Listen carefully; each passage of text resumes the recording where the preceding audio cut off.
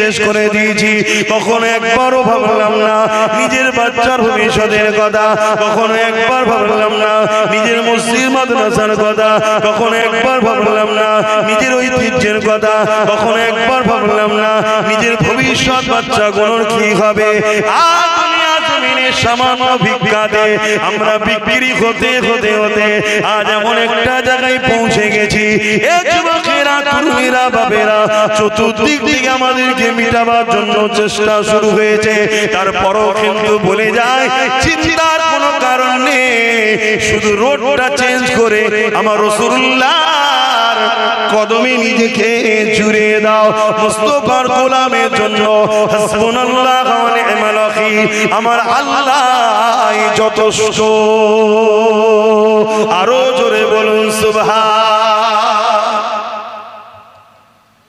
নিবার হয় না, না নিবার হয় না, আমি তো ডিউটি পালন করছি বাপ, আল্লাহর কাছে ধরা না পড়ে যায়, ডিউটি পালন করছি, আগেও করেছি আজও করছি, নিবার হয় না, না নিবার হয় না।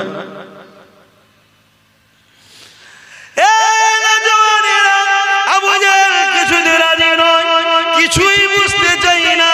ও বুঝতে পেরেছে এই সুযোগে যদি না কাজে লাগায় আর সুযোগ পাবো না, কেননা সুযোগ আসবে না। তাই আবু জাহেল রেডি হয়ে গেল, আর আমার রাসূলুল্লাহ আসমানের দিকে মুখটা তুলে বলতে লেগেছে, আল্লাহ আপনি যথেষ্ট। এই বলে নবী আমার কাতার সিধে করতে লেগেছে, কাতার সিধে করতে লেগেছে।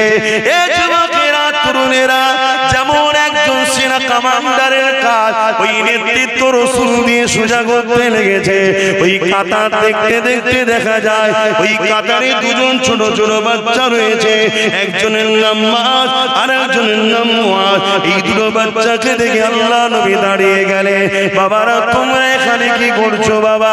এটা কোনো খেলা করার মাঠ নয় বাবা, যাও মায়ের কাছে ফিরে যাও বাবা, এ ময়দান থেকে চলে যাও বাবা, জালিমদের আজ কত অস্ত্র শস্ত্র রয়েছে বাবা, তোমার মা বড় কষ্ট পাবে বাবা, ঘরের ছেলে ঘরে ফিরে চলে যাও। বাচ্চা দুটো কাঁদতে শুরু করে দিল, ইয়া রাসূলুল্লাহ,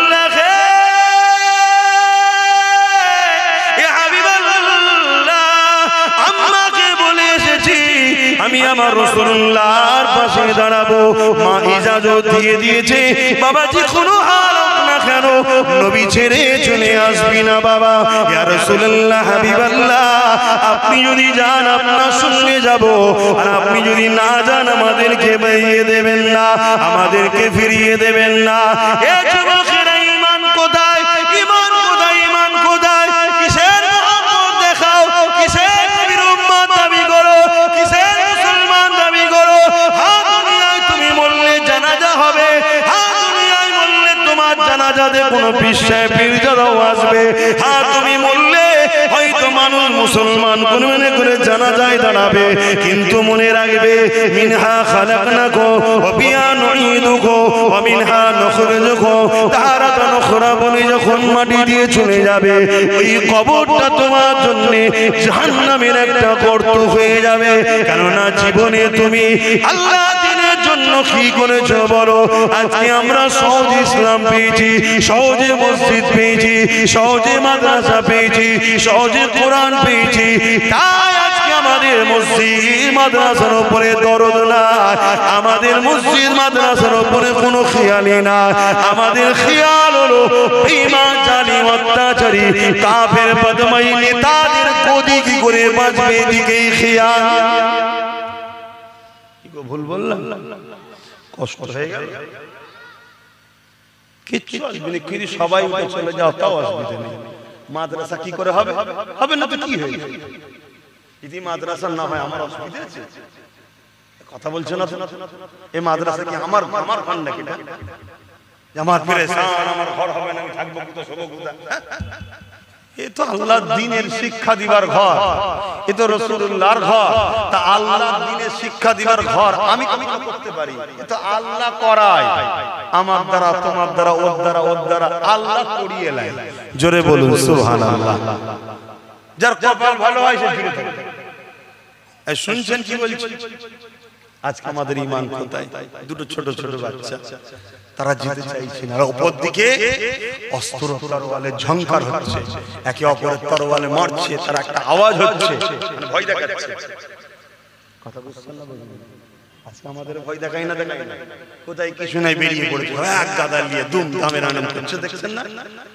কিন্তু যারা ঈমানদার হয় তারা সে ভয় করে, কারণ ঈমানদাররা মায়ের পেটে যখন ছিল তখনও হোসাইন শুনেছে, কোলে কোলে বড় হয়েছে ইমাম হোসাইন শুনে শুনে। জোরে বলুন সুবহানাল্লাহ। কি গো বল বল, আমরা সব ভয় লাগে না। হ্যাঁ, যাদের ঈমান দুর্বল হয়ে গেছে তারা কি হবে কি হবে কি হবে সব কি হবে, চলো ওদের সঙ্গে না মিশে থাকলে হয়, যা 2-500 পেয়েছি ওই ঠিক আছে, আজকাল মেরে ফেলবে, কোথাও দরকার নেই বাবা, এই ছয় এর সাথে থাকি হয়তো বেঁচিয়ে দেবে। হ্যাঁ, জানা জীবনে মনে রাখবে, সে জার্সি গরু হোক আর গাই গরু হোক, উজড়ি উজড়ি হয়। কি গো ভুল বললাম নাকি? তুমি যতবার যাই দিয়ে ধো, পরিষ্কার করো, আর করো, রান্না করে যখন দেবে, কি এটা ভাই গোশ কথা কিছু মাথায় ঢুকলো আমি কি বলছি? হ্যাঁ, বুঝার হয় বুঝে লাও, না বুঝার হলে আর কি বুঝাবো বল? কোদাল দিয়ে যখন কবরে দিয়ে আসবে ফেরেশতা দিয়ে আল্লাহ বুঝিয়ে দেবে ওখানে বলদারে যা।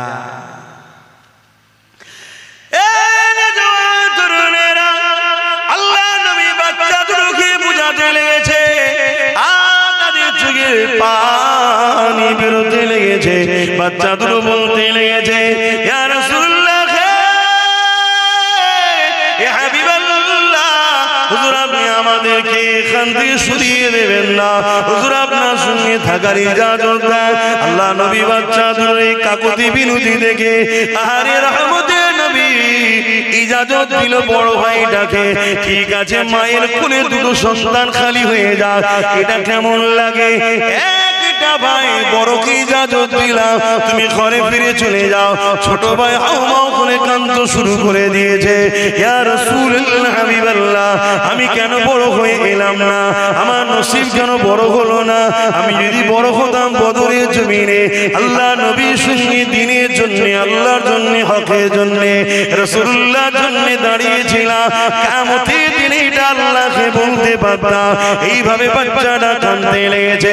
হঠাৎ করে আল্লাহ বাচ্চার মাথায় বুদ্ধি দিয়েছে, বাচ্চা বলে উঠল, ইয়া রাসূলুল্লাহ, হাবিবাল্লাহ, লড়াইয়ের ময়দানে বড় ছোট তো ব্যাপার নয়, যার ক্ষমতা বেশি তাকেই কাজে লাগানো যায়।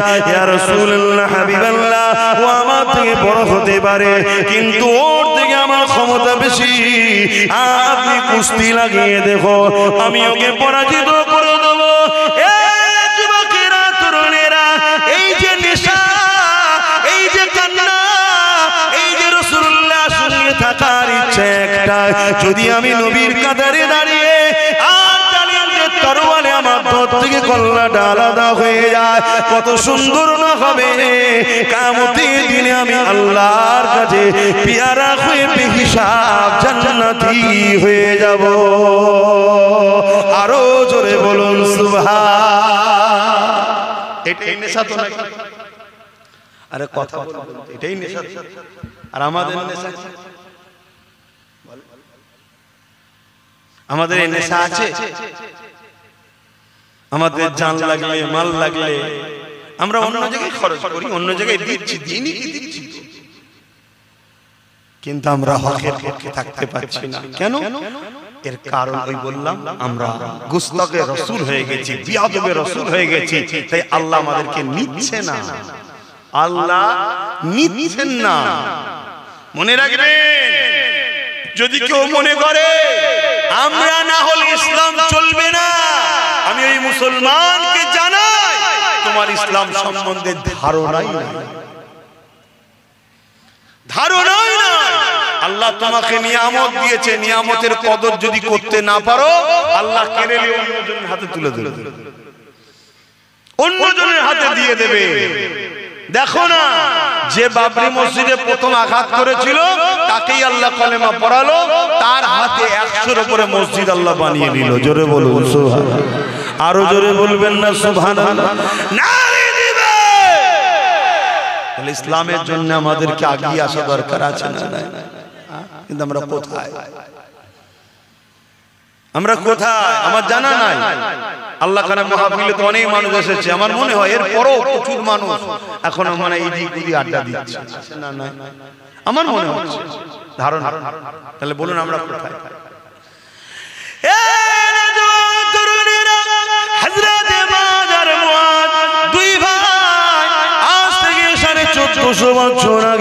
আল্লাহর জন্য রাসূলের জন্য দ্বীনের জন্য যে সংগ্রাম যে কুরবান দেখিয়েছিল, আজ আমাকে সেই আলোচনা করতে হচ্ছে। কেননা তিনি আল্লাহর পেয়ারা হয়েছে, তিনারা নবীর পেয়ারা হয়েছে। এ যুবকেরা তরুণেরা বাপেরা, দুই ভাইতে কুস্তি লড়াই শুরু হয়ে গেল। ছোট ভাই বড় ভাইকে বলতে লেগেছে, ভাই আপনি তো বড়, আপনার সঙ্গে আমি কি করে পারি, কিন্তু আমার মাথায় এসেছে আপনি যদি ইচ্ছা করে একটু পরাজিত হয়ে যান, আপনি বড় হিসাবে চান্স পেয়েছেন আর আমি ক্ষমতা আছে বলে চান্স পেয়ে যাব, আপনিও জান্নাতি হয়ে যাবেন আমিও জান্নাতি হয়ে যাব। ভাই আপনি কি রাজি? এতে নয়। এ যুবকেরা তরুণেরা বাপেরা, কথা মতো কাজ হয়ে গেল। ছোট ভাই যখন বড় ভাইকে আঘাত করলো, হালকা করে টাচ দিল, বড় ভাই জমিনে পড়ে গেল আর ছোট ভাই বুকের উপরে বসে পড়ল। পরে বলতে লেগেছে, আর রাসূলুল্লাহ হাবিবাল্লাহ দেখেন দেখেন আমার ক্ষমতা বেশি, আমি আমার ভাইকে পরাজিত করে দিয়েছি। আল্লাহ নবী মুচকি হাসলেন, কারণ নবী আমার সবই তো বুঝতে পারলেন। আল্লাহ নবী এদের ভালোবাসা দেখে আসমানের দিকে দুটো হাত তুলে বলতে লেগেছে, আল্লাহ এদের উপরে আমি রাসূলুল্লাহ রাজি হয়ে গেছি, আপনি রাজি হয়ে যান। আমার আল্লাহ আওয়াজ দিয়ে দিলে, হে আমার হাবিব রে, আজ বদরের ময়দানে আপনার পাশে যারা দাঁড়িয়েছে আমি আল্লাহ তাদের আগে পিছু সমস্ত গুনাহ মাফ করে দিয়ে জান্নাতি ঘোষণা দিলাম। এ যুবকেরা তরুণেরা, এ নবী পাকের প্রেমিকেরা, অত সহজ নয় গো জান্নাত যাওয়া, অত সহজ নয় গো ঈমান, অত সহজ নয় গো মুহাব্বত বলা। হ্যাঁ সহজে মুখ দিয়ে বলা যায়, ইয়া রাসূলুল্লাহ আপনাকে ভালোবাসি, ইয়া হাবিবাল্লাহ আপনাকে ভালোবাসি, ইয়া রাসূলুল্লাহ আপনাকে মুহাব্বত করি, এটা বলা অনেক সহজ ব্যাপার, কিন্তু হাকিকাতে মুহাব্বত দেখানো অতটা সহজ নয়। আজ আল্লাহ আমাদেরকে পরীক্ষা নিতে শুরু করেছে। এ যুবকেরা তরুণেরা, সেদিন সাহাবাদের পরীক্ষা ছিল, ওই পরীক্ষাতে সাহাবারা কেমন ভাবে কামিয়াবি হয়েছে। এ যুবকেরা তরুণেরা, এই বিশাল লড়াই শুরু হয়ে গেল। 313 জন, তিনাদের হাতে কিছুই ছিল না, তথাপি আল্লাহ নবী নূর নবীর সাথে সাথ দিল। আল্লাহ পাক ফেরেশতা পাঠিয়ে এই 313 জন অল্প সংখ্যক হাত খালিওয়ালা লোকগুলোকে অস্ত্রধারী জালিমদের কাছে আমার আল্লাহ পাক কামিয়াবি দিয়ে দিয়েছিলেন। আরো জোরে বলুন সুবহান। সেই আল্লাহ আজও আছে না নাই? ক্ষমতা কমে গেছে নাকি? আমি সবাইকে জিজ্ঞেস করছি, পিছনের ভাইয়ের আমার উপরে কিছু বেজার নাকি? একটু সরাসরি দেন, ক্ষমতা আছে না? তাহলে সেই আল্লাহর ভরসায় হকের পক্ষে দাঁড়াতে আমাদের আপত্তি আছে কি গো? আমার দিলে তোমার দিলে নবীর প্রেম ভালোবাসা ভরাতে হবে, জান মাল নবীর রাস্তায় আল্লাহর রাস্তায় কুরবানি করতে হবে, তবেই তো আমরা কামিয়াবি হব, আল্লাহ সাহায্য পাবো। কখনো যদি প্রয়োজন হয় এই কামিয়াবিতে নিজেদের জানমাল কুরবান করতে, আমরা কি পিছপা হয়ে যাব? একটু আল্লাহকে সাক্ষী রেখে বলেন, পারবো তো নাকি? মারহাবা, নারে তাকবীর, নারে দিবে, নারে দিবে। আরে আমি ছোট্ট করে একটু টিপে দেখবো, 20টা লোক বলেন তো দেখি মাদ্রাসা নবীর ঘরে 5000 টাকা দিতে পারবে? দেখি 20টা লোক পারবে কি? মহব্বত তো অনেক আছে বাপ, আমি সবই জানি, কিন্তু পরীক্ষা তো দিতে হয়। যে মাদ্রাসাকে আজ মেটাতে চাইছে, আমি এই মাদ্রাসাকে তৈরি করব, তার জন্য 5000 টাকা দেবো। এখন তাকে এখন না হয় পরে দিয়ে দেবেন, বেশি দেরি করবেন না, কেন কাজ শুরু হবে। বলুন 5000 টাকা 20টা মানুষ, বলুন কে কে দেখি হাত তুলে, দেখি হাতগুলো একটু গুনেলি, একটু হাতটা তুলবেন, গুনবো। হাতটা তুলবেন, একটা লম্বা করে হাত তুলে রাখুন, আমি গুনবো, তো 20টা হাত গুনবো, গুনে জলসা করবো। এখানে বসে বসে লেখালেখির সিস্টেম নেই। হাতটা তুলুন, 1 2 3 4 আর কই 5টা, আপনিও দেবেন। 6টা হয়েছে, 6টা হয়েছে। হাত নামান। আচ্ছা কমসে কম 10টাই হোক। 6টার মধ্যে 7 নম্বরে কে আছে? 6টা হয়ে যাচ্ছে, 4টে দরকার। তারপর আলোচনার দিকে যাবো, জলদি করে বলুন কে আছে। আর 4টে লোক দরকার। এই 4টের মধ্যে প্রথম কে হাত তুলে দেখি। কেউ আছে হাত তুলছে? এই 4টের মধ্যে প্রথম কে হাত তুলবে যে আমি 5000 টাকা দেবো, নবীর ঘরের ঢালাই হবে, এর জন্য আমি খরচ করব। সামনে বছরে যেন ইনশাআল্লাহ ঢালাই হয়ে যায়, আল্লাহ কবুল করে বলুন আল্লাহুম্মা আমিন। কে আছে বলুন। কি আমার উপরে যদি রাগ থাকে যায়, মাদ্রাসার ভালোবাসাই তো বলুন। রাগ আছে নাকি? আব্বাস সিদ্দিক একটু বেশি বোঝে তো বেশি বলে, অনেকের উপর আমার উপর রাগ আছে, আমি জানি। আমার কওমের লোকেদের রাগ বেশি হবে। এই 4টে মানুষ দরকার। এই 4টের মধ্যে প্রথম কে হাত তুলবে? তাহলে আর 4টে লোকের, এতগুলো লোকের মধ্যে মাত্র 10টা লোকই হচ্ছে না যে আমরা 5000 টাকা নবীর ঘরে দেবো, নামটা লিখে নেন, নগদ থেকে নগদ দেন। একটু বলেন। আর 4টে আছে? দরুদ শরীফ আল্লাহুম্মা সাল্লি আলা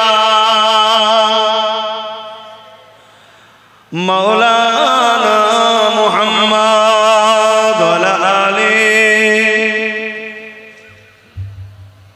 কে আছে একটু বলেন। 4টে ভাই লাগবে আমার। কি বাপ 4 জন দেন। কত ছেলের পিছনে খরচ করছেন, ভালো জিনিস, নবীর ঘরে তো একটু খরচ করেন, নবীর পিছনে একটু খরচ করেন, নবীর মাদ্রাসায়। একটু বলবেন, কেউ হাত তুললে বলবেন যে 4টে মানুষ দরকার। এই 4টের মধ্যে প্রথম কি হাত তুলবেন? কি গো 4টে ভাই পাওয়া যাবে না? বেশি তো চাইনি, 10,000 বলিনি, 20,000 বলিনি, মাত্র বলেছি 5,000 টাকা। যারা নাম লিখছেন একটু দেখবেন, অনেক আবার হাত তুলতে ভয় খেতে পারে, কেন এখন তো দান করেও নিরাপদ নেই। কথা বুঝে আসছে না? যারা মাদ্রাসাকে মিটাতে চায় তাদের কিছু মানে কি বলে, তাদেরই দলের লোক কিছু আমাদের ঘরের মধ্যে রাখা আছে। তারা সূরাতে সকলে মুসলমান, কিন্তু আমাদের কণ্ঠকে, আমাদের বারন্তকে সবসময় পিছন থেকে রুখে রেখেছে। তারা দেখে ও মাদ্রাসাতে খরচ করছে, তার মানে মাদ্রাসা হবে। মাদ্রাসা যখন হবে, চলো ওকে টার্গেট করো, ওর উপরে জুলুম করো।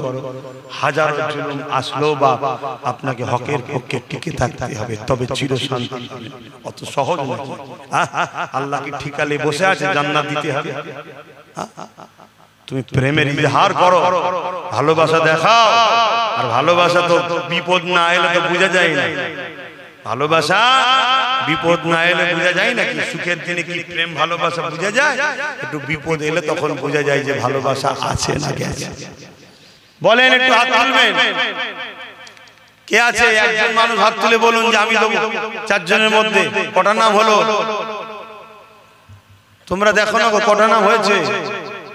এখানে একটা লিখেছো, 2টো আছে। সব মিলিয়ে কটা হলো বলো? ফোনে একজন বলেছে, আল্লাহ দানকে কবুল করে বলো আল্লাহুম্মা আমিন। 7 জন হয়েছে, তাহলে 3টে দরকার। তো এতগুলো মানুষের মধ্যে থেকে 3টে নাই। তোমরা দিচ্ছ বলেই তো হচ্ছে, এভাবেই তো করতে হবে। আর তুমি যদি বলো যে দেবো না, এই মাদ্রাসাকে 3 তালা করে দিবার লোক আছে, এক্ষুনি করে দেবে। কিন্তু সেখানে নামাজের শিক্ষা, রোজার শিক্ষা সব হবে, কিন্তু রাসূলুল্লাহর বিরুদ্ধে শেখানো হবে। বলেন, এক্ষুনি করে দেওয়া হবে। কথা কিছু বুঝছেন না, বোঝেন না? ওইগুলো বেরিয়ে দুনিয়া মায় ঘুরে বেড়াবে। তারা সব আলেম ওলামা, সাধারণ মানুষের কাছে যে নামাজ, রোজা, হজ, যাকাত সব বুঝাবে, শুধু গাছের মূলটা কেটে নেবে, ঈমানটাকে কেটে নেবে। পাতা থাক, ডাল থাক, ফল থাক, সব থাক, ঈমানটা নেবে। কথা কিছু বুঝছেন না, বুঝেন না? ইও চলছে বাবা। ব্রিটেনের মাটির তলায় খ্রিস্টানদের গোপন মাদ্রাসা, তারা কোরআন হাদিসকে রিসার্চ করছে, করে কোন কোন পয়েন্টে মুসলমান শেষ হবে সেসব গুলো বার করছে তারা। আল্লাহ নবী বলেছেন একটা সময় আসবে আমার উম্মতের উপরে যেমন ক্ষুধার্ত পশুগুলো খাবারের থালির উপরে ঝাঁপিয়ে পড়ে, আমার উম্মতের মধ্যে একদল ক্ষুধার্ত পশুর নাই জালিম অত্যাচারীরা ঝাঁপিয়ে পড়বে।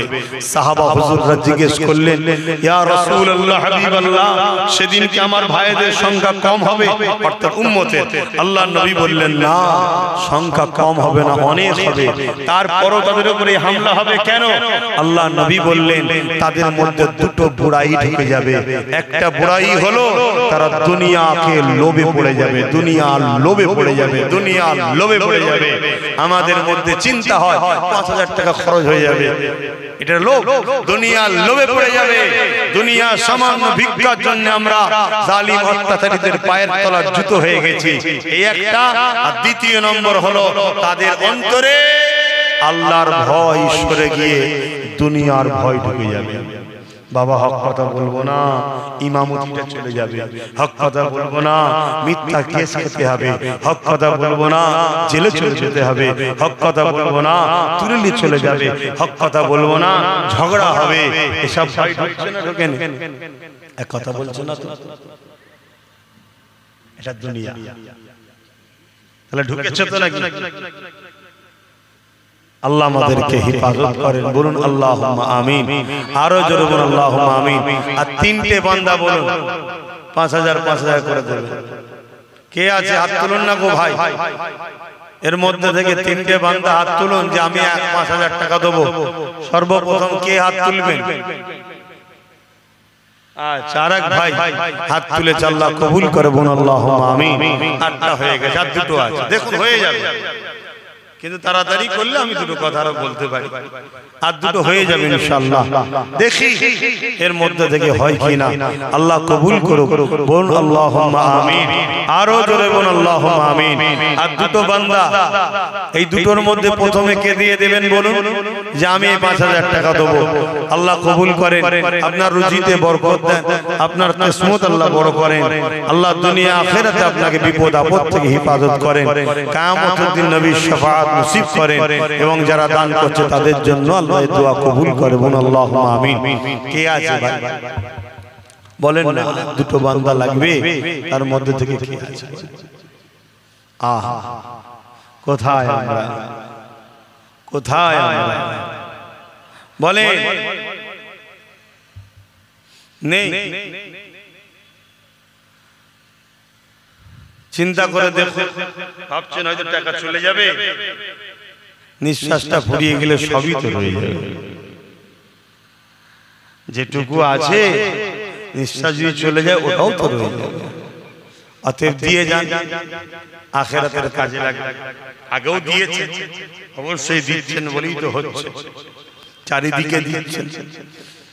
এই বল কি বলে, মামুরাবাদ মাদ্রাসার জন্য আর কমসে কম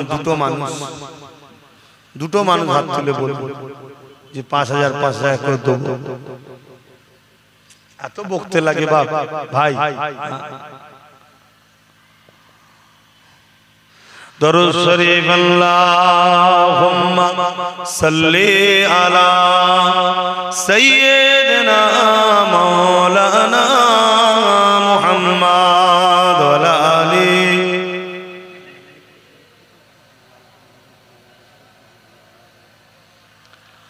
আমার মিনহাজ ভাই বলে একজন আছে, ওই বল্লভপুরে যে গাড়ি আছে তো, ১০,০০০ টাকা দেবে নিয়ত করেছে, আল্লাহ তার দানকে কবুল করে, বলুন আল্লাহুম্মা আমিন। আরো জোরে বলুন আল্লাহুম্মা আমিন। আর একজন হামাদামাত আমার লালটু ভাই, সে ২০,০০০ টাকা দেবে, আল্লাহ দানকে কবুল করে, বলুন আল্লাহুম্মা আমিন। আল্লাহ ভাইদের রুজিতে কারবার ব্যবসা বাণিজ্য বরকত দেন, বলুন আল্লাহুম্মা আমিন। আপনারা কি প্রতিজ্ঞা করেছেন না কেউ বলেছে দান করলে বিপদ আছে? কি গো, আর দুটো বান্দা বলেন না কে দেবে? এই দুজনের মধ্যে প্রথমে কে হাত তুলবে? বলে তুমি কি করো, কি পারবে তো? আর আমার ভালোবাসার লোক বেশিরভাগ গরিব, বেশিরভাগ গরিব আমার ভালোবাসার লোক। কথা বুঝে আসছে? বড় লোক সব গরিবদের খেটে খুটে খায়।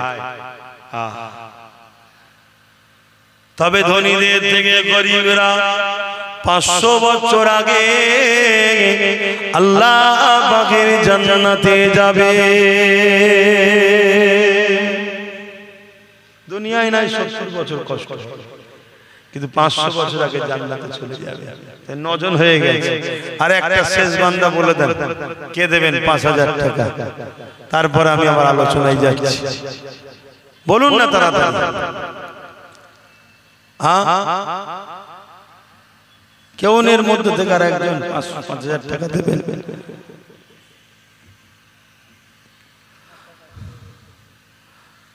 নটা বেজে কি বলে, 9টা হয়ে গেছে, আর একটা দরকার, বলেন তাড়াতাড়ি।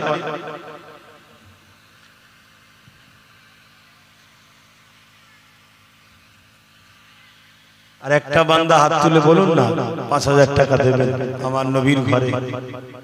কি গো, আর দিল কাঁদছে, আর একটা লোক নেই? যে নবী আমার সারা জীবন আমাদের জন্য কেঁদেছে, আজও কাঁদছে, রওজা মুবারক। সেই নবী শাফাআত আল্লাহ আমাদের নসিবে কবুল করুক, বলুন আল্লাহুম্মা আমিন। কিন্তু বাপ, দোয়া তো চাওয়া হয়, কিন্তু দরদও তো একটু দেখাতে লাগে। কি পরীক্ষা কেন দিতে হয়? স্কুলে একটু দেখতে লাগে কে কেমন লেখালেখি করে, কে কেমন পড়াশোনা করে। তাই একটা বান্দা পরীক্ষা আল্লাহ নবীর ঘরে 5000 টাকা দেবেন। কে আছে? কি চিন্তা করছিল এতক্ষণ ধরে? কি চিন্তা করছিল? ভাইয়ের জন্য বিপদে পড়ে দিলে নাকি? আমার ওই একটা ভাই দেবে 5000 টাকা, আল্লাহ কবুল করুন, আল্লাহুম্মা আমিন। এই দুজনকে আচ্ছা, দুজনে 5000 দেবে, আল্লাহ কবুল করে, বোন আল্লাহুম্মা আমিন। আরো জোরে বোন আল্লাহুম্মা আমিন। বল্লভপুরে মাদ্রাসার যিনি সেক্রেটারি ছিলেন মাহবুব চাচা, তিনার সাহেব যেটা ছোট ছেলে বাপের রুহের মাগফিরাতের জন্য 5000 টাকা নিয়ত করেছে, আল্লাহ কবুল করে, বলুন আল্লাহুম্মা আমিন। আরো জোরে বলুন আল্লাহুম্মা আমিন। আল্লাহ কবুল করে। 13টা হয়ে গেল, চেয়েছিলাম কটা? 20টা। তারপরে দেখলাম যে হয়তো গরিব মানুষ, ব্যবসা বাণিজ্য হয়তো খারাপ, তাই কমিয়ে 10টা করেছিলাম, 13টা হয়েছে। আল্লাহ পাক চাইলে 20টা হয়ে যাবে, বলুন ইনশাআল্লাহ। চিন্তা ভাবনা করে দেখেন, অনেক ছেলে আছে মা বাপ চলে গেছে, মা বাপ চলে গেছে, সেই মা বাপের সবরে সানিতে স্মৃতিতে নিয়ত করে দাও যে আমি 5000 টাকা দেবো আমার আব্বা আম্মা সবরে সানির জন্য। বা অনেকের বাপ মা হায়াতে আছে, আল্লাহ তাদের বাপ মার হায়াত দারাজ করুক, এই নিয়তে দেবো যাতে আমার আব্বা আম্মা সুস্থ থাকে, সেই নিয়তে দেন। কেউ হয়তো বেকার আছে, আমাদের পাশে মিনাখার নাসির ভাই, সে 5000 টাকা দেবে, আল্লাহ কবুল করে, বোন আল্লাহুম্মা আমিন। 14টা হয়ে গেছে, কথা বুঝে আসছে? এরম নিয়ত করে করে দেন, আল্লাহ কবুল করেন। আমার দাদা পীরের সিলসিলার মানুষ আপনারা, আপনার আব্বারা আমার দাদুদের ঘরে দিয়েছে, তারা নিয়ে মসজিদ মাদ্রাসা হয়েছে, আপনারা এখন দিচ্ছেন, আমরা করছি, আমাদেরও কিছু কিছু দিতে হয়, অবদান আছে না? নাই, দিই না, একটু দেন আপনারা, আল্লাহ কবুল করে, বোন আল্লাহুম্মা আমিন। 14টা হয়েছে, চিন্তা ভাবনা করে দেখুন আর কে কি দেবে। 5000 করে যদি আর 6টা ভাইতে দেন, তাহলে আল্লাহ শুকরিয়া, আমি যেটা বলেছিলাম 20টা তাহলে হয়ে যাবে। আল্লাহ কবুল করে, বোন আল্লাহুম্মা আমিন। বাবেরা, নওজোয়ান তরুণেরা, হে নবী পাকের প্রেমিকেরা, দুনিয়াটা কোনো পরীক্ষার জায়গা। আল্লাহ কাউকে ধনী করে পরীক্ষা নেবে, আল্লাহ কাউকে গরিব করে পরীক্ষা নেবে। তবে আমার নবী সাহাবা হুজুরদের উপরে যে পরীক্ষা হয়েছে, ওই পরীক্ষা বড় কঠিন পরীক্ষা হয়েছে।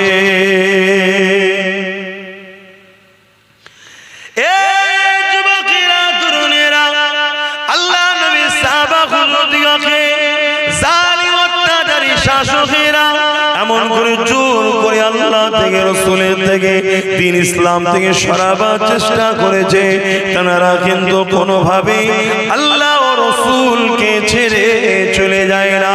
এমন দিন গেছে আল্লাহ নবীর একজন সাহাবী হযরত খাব্বাব রাদিয়াল্লাহু তাআলা তিনাকে হযরত ওমর ফারুক হুজুর জিজ্ঞাসা করলেন, ও ভাই হযরত ও খাব্বাব, শুনেছি নাকি ইসলামের প্রথম সময়ে আপনি ঈমানের কলেমা পড়েছিলেন, আপনার উপরে অনেক জুলুম অত্যাচার হয়েছে, তাই জানতে চাই কি জুলুম হয়েছে?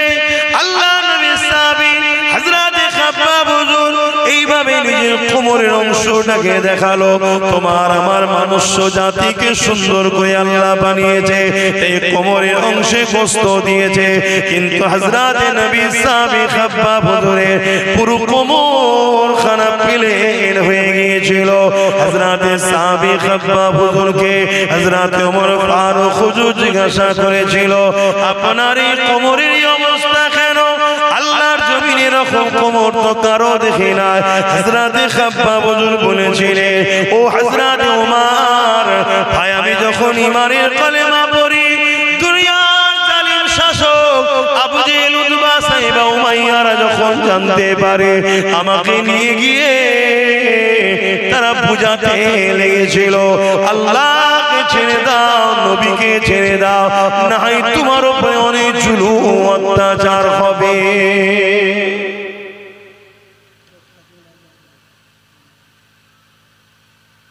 জুলুম হবে অনেক, ছেড়ে দাও।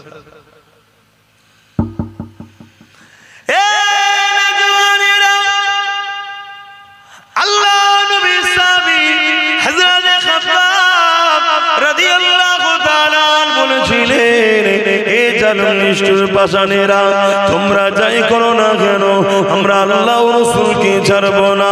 তোমার যেটা পছন্দ তুমি করো, আমার যেটা পছন্দ আমি করছি, আমার উপরে কেন জুলুম করো?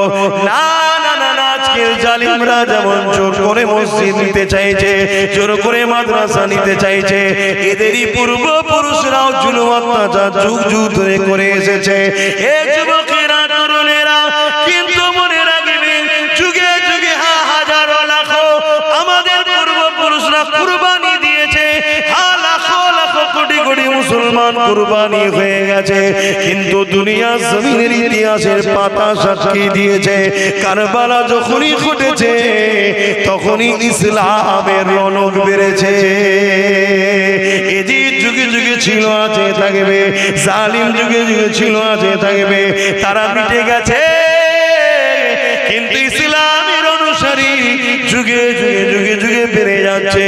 আজ আমেরিকা বলো, ব্রিটেন বলো, ফ্রান্স বলো, জাপান বলো, পৃথিবী জুড়ে আল্লাহ নবীর দিবানা বাড়তে লেগেছে।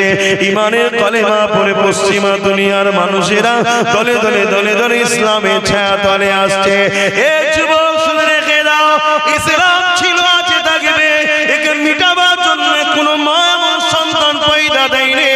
কেন? আল্লাহ এর হিফাজতের দায়িত্ব নিয়েছে, কিন্তু দুঃখ টেনশনের বিষয় হলো, তোমার আমার কর্মের ফলের জন্য তোমার আমার বাচ্চা কোনো দিন পাবে কিনা সন্দেহ, তোমার আমার কর্মের জন্য তোমার আমার বাচ্চাগুলোকে ছোটবেলায় কাফন পরে নিতে হবে নাকি, এটাই সন্দেহ, এছাড়া অন্য কিছু নয়। কারণ তুমি আমি ভুল অনেক করেছি, তুমি আমি সারা জীবন বেঈমান মুনাফিকদের পেছনে ঘুরে বেরিয়েছি, কখনো নিজেদের পায়ে দাঁড়াবার স্বপ্ন দেখলাম না, নিজেদেরকে বিক্রি করতে করতে করতে আজ নিজের বাচ্চার ভবিষ্যৎটাও বিক্রি করে দিলা।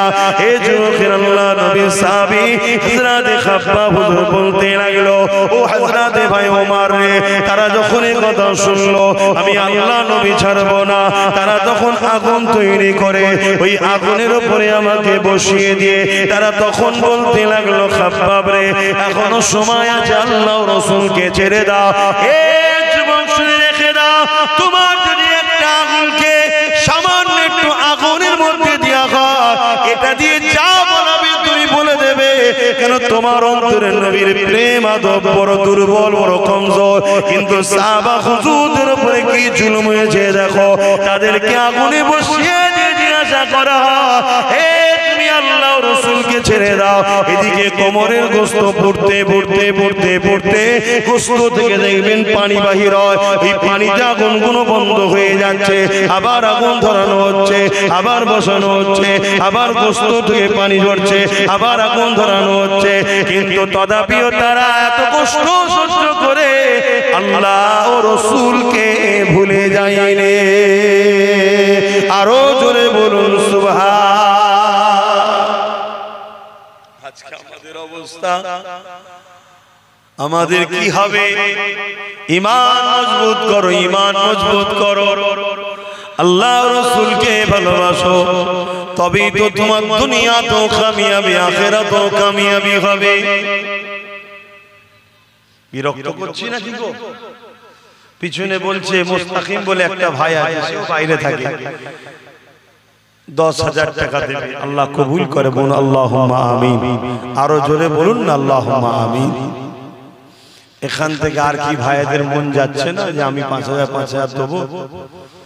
14টা তো হয়ে যাক, 6টা ভাই কি দেবেন না? বলেন না 5,000 করে দেবেন না?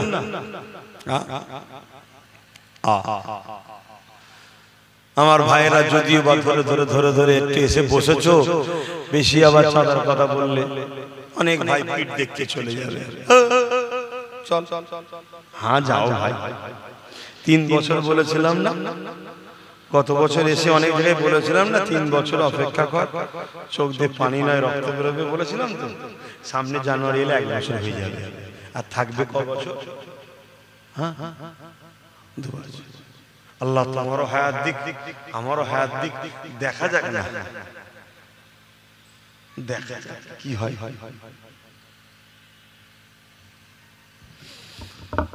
তবে বিগত দিন যা বলেছি আজকে হারে হারে বুঝছো না বুঝুনি?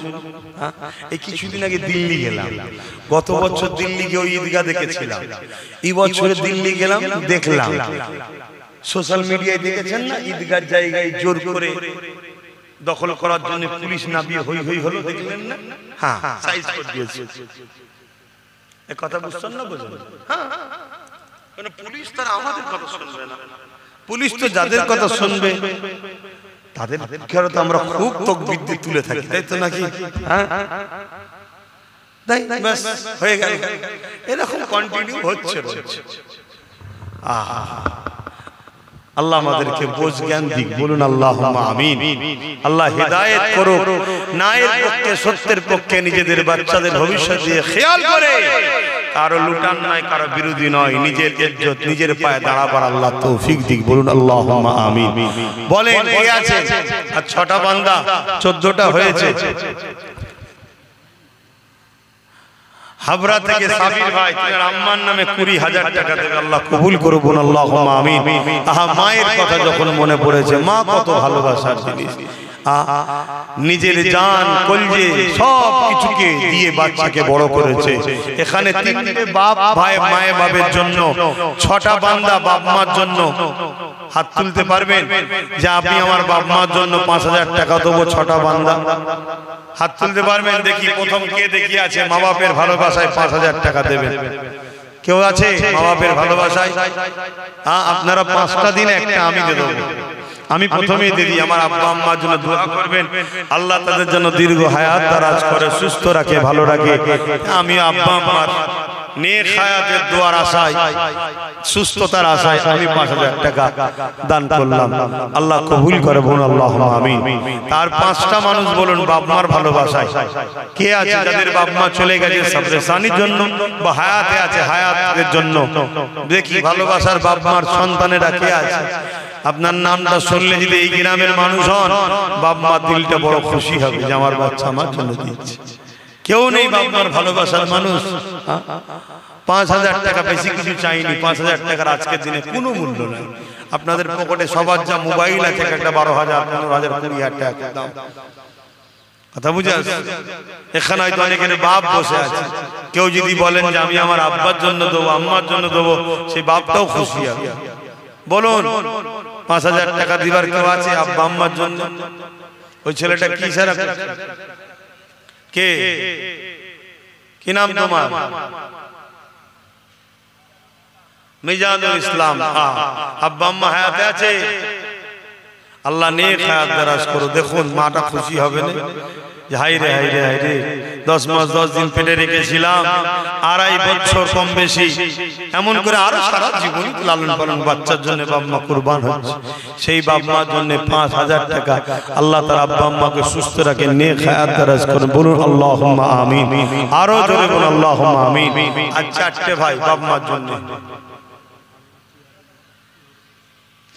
হাড়োয়া জিয়ারুল ভাই প্রতি বছরে দেয়, এই বছরও দিচ্ছে, আল্লাহ কবুল করে। বলুন আল্লাহুম্মা আমিন। আল্লাহ পাক তিনার মনের নেক আশাকে কবুল করে। বলুন আল্লাহুম্মা আমিন। নারী দিবে বলুন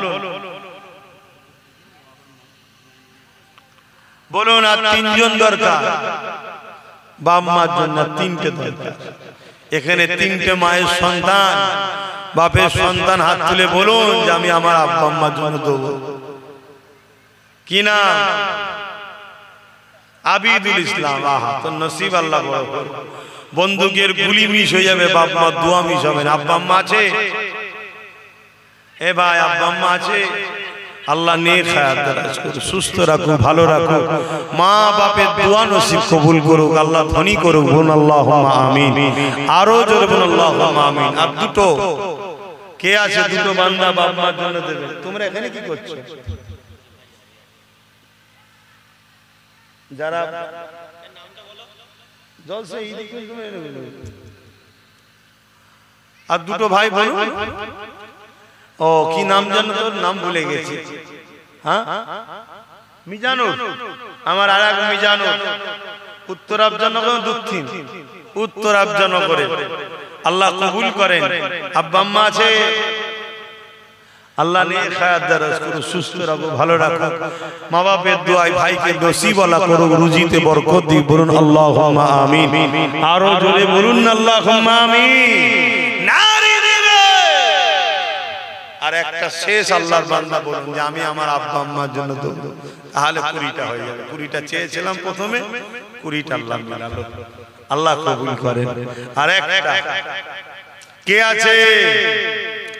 আর একটা আল্লাহর বান্দা বলুন আব্বা আম্মা স্মরণে দেবেন 5000 টাকা। কেউ নেই? দেখুন প্রতিষ্ঠানের জলসা, প্রতিষ্ঠানের দিকে একটু খেয়াল করতে হবে। তো অজনসিয়াত তো হবে, তবে এখান থেকে পড়াশোনা করে পরবর্তীতে আবার ছেলেরা আলেম হাফেজ হবে, তারা দিনের আলোচনা করবে। বলেন একটা কে আছে? শেষ বান্দা হাত তুলে বলেন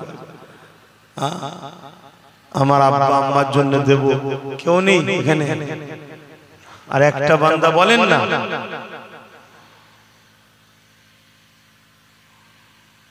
কত টাকা কত দিকে চলে যায়। আজকে অনেকের বাপ মা চলে গেছে। হ্যাঁ, ছেলেরা রয়েছে, বাপ মা সবরে সানির জন্য তো খরচ করা দরকার। তবে যারা দিচ্ছেন হায়াতে আছে, বড় খুশি হবে বাপ মার মনটা যে আমার বাচ্চা আমার জন্য দিচ্ছে। আল্লাহ মা বাপের দোয়া কবুল করেন। আর একটা বান্দা বলেন আল্লাহ কবুল করেন। কে আছে? কেউ নেই? আল্লাহ নবী জানালেন মান রাদিয়ানহু ওয়ালিদাহু ফালা নানহু রাদি। মা বাপ যার উপরে রাজি, আমি আল্লাহ তার উপরে রাজি। এ যুবকেরা, আল্লাহ নবী দরবারে একটা যুবক ছেলে চলে আসলো। আন আবি উমামা আন্না রাসূলানি ক্বালা ইয়া রাসূলুল্লাহ মা হাক্কুল ওয়ালিদাইনি আলা ওয়ালাদি ক্বালা হুমা জান্নাতুকা নারুকা। ইয়া রাসূলুল্লাহ, ইয়া হাবিবাল্লাহ, মা বাপের উপরে ছেলেদের হক কি? আল্লাহ নবী বললেন হুমা জান্নাতুকা নারুকা। বাবা ছেলেরে, তোমরা যদি মা বাপকে নারাজ করো জাহান্নামী হয়ে যাবে, আর মা বাপকে যদি রাজি করতে পারো আল্লাহ পাক তোমাদেরকে জান্নাতি বানিয়ে দেবে। যে মা বাপ তোমার আমার জন্য কতটা কষ্ট করেছে। এই যুবকেরা তরুণেরা সেই মা বাপকে ভালোবাসো, পিয়ার করো, তাদের দেখভাল করো, তাদের কথা মতো চলো। দুনিয়া জমিনে যাদের রয়েছে দোয়া চাও, আর যাদের চলে গেছে আল্লাহ দরবারে মাগফিরাতের জন্য দোয়া কামনা করো। তাদের কবরগুলোকে জিয়ারত করো। মানজারা কবরা আবাইহি আও আহাদুহুমা ফি কুল্লি জামাআতিন গফারাল্লাহু ওয়া কুতিবা বাররা। বাপ মায়ের উভয়ের অথবা একজনের কবরটা যে ছেলেটা জিয়ারত করবে, আল্লাহ পাক তার কবর তার কপালে লিখে দেবে মা বাপের খেদমতগার ছেলে জাহান্নাম থেকে নাজাত পেয়ে গেছে। বলেন না বাবা।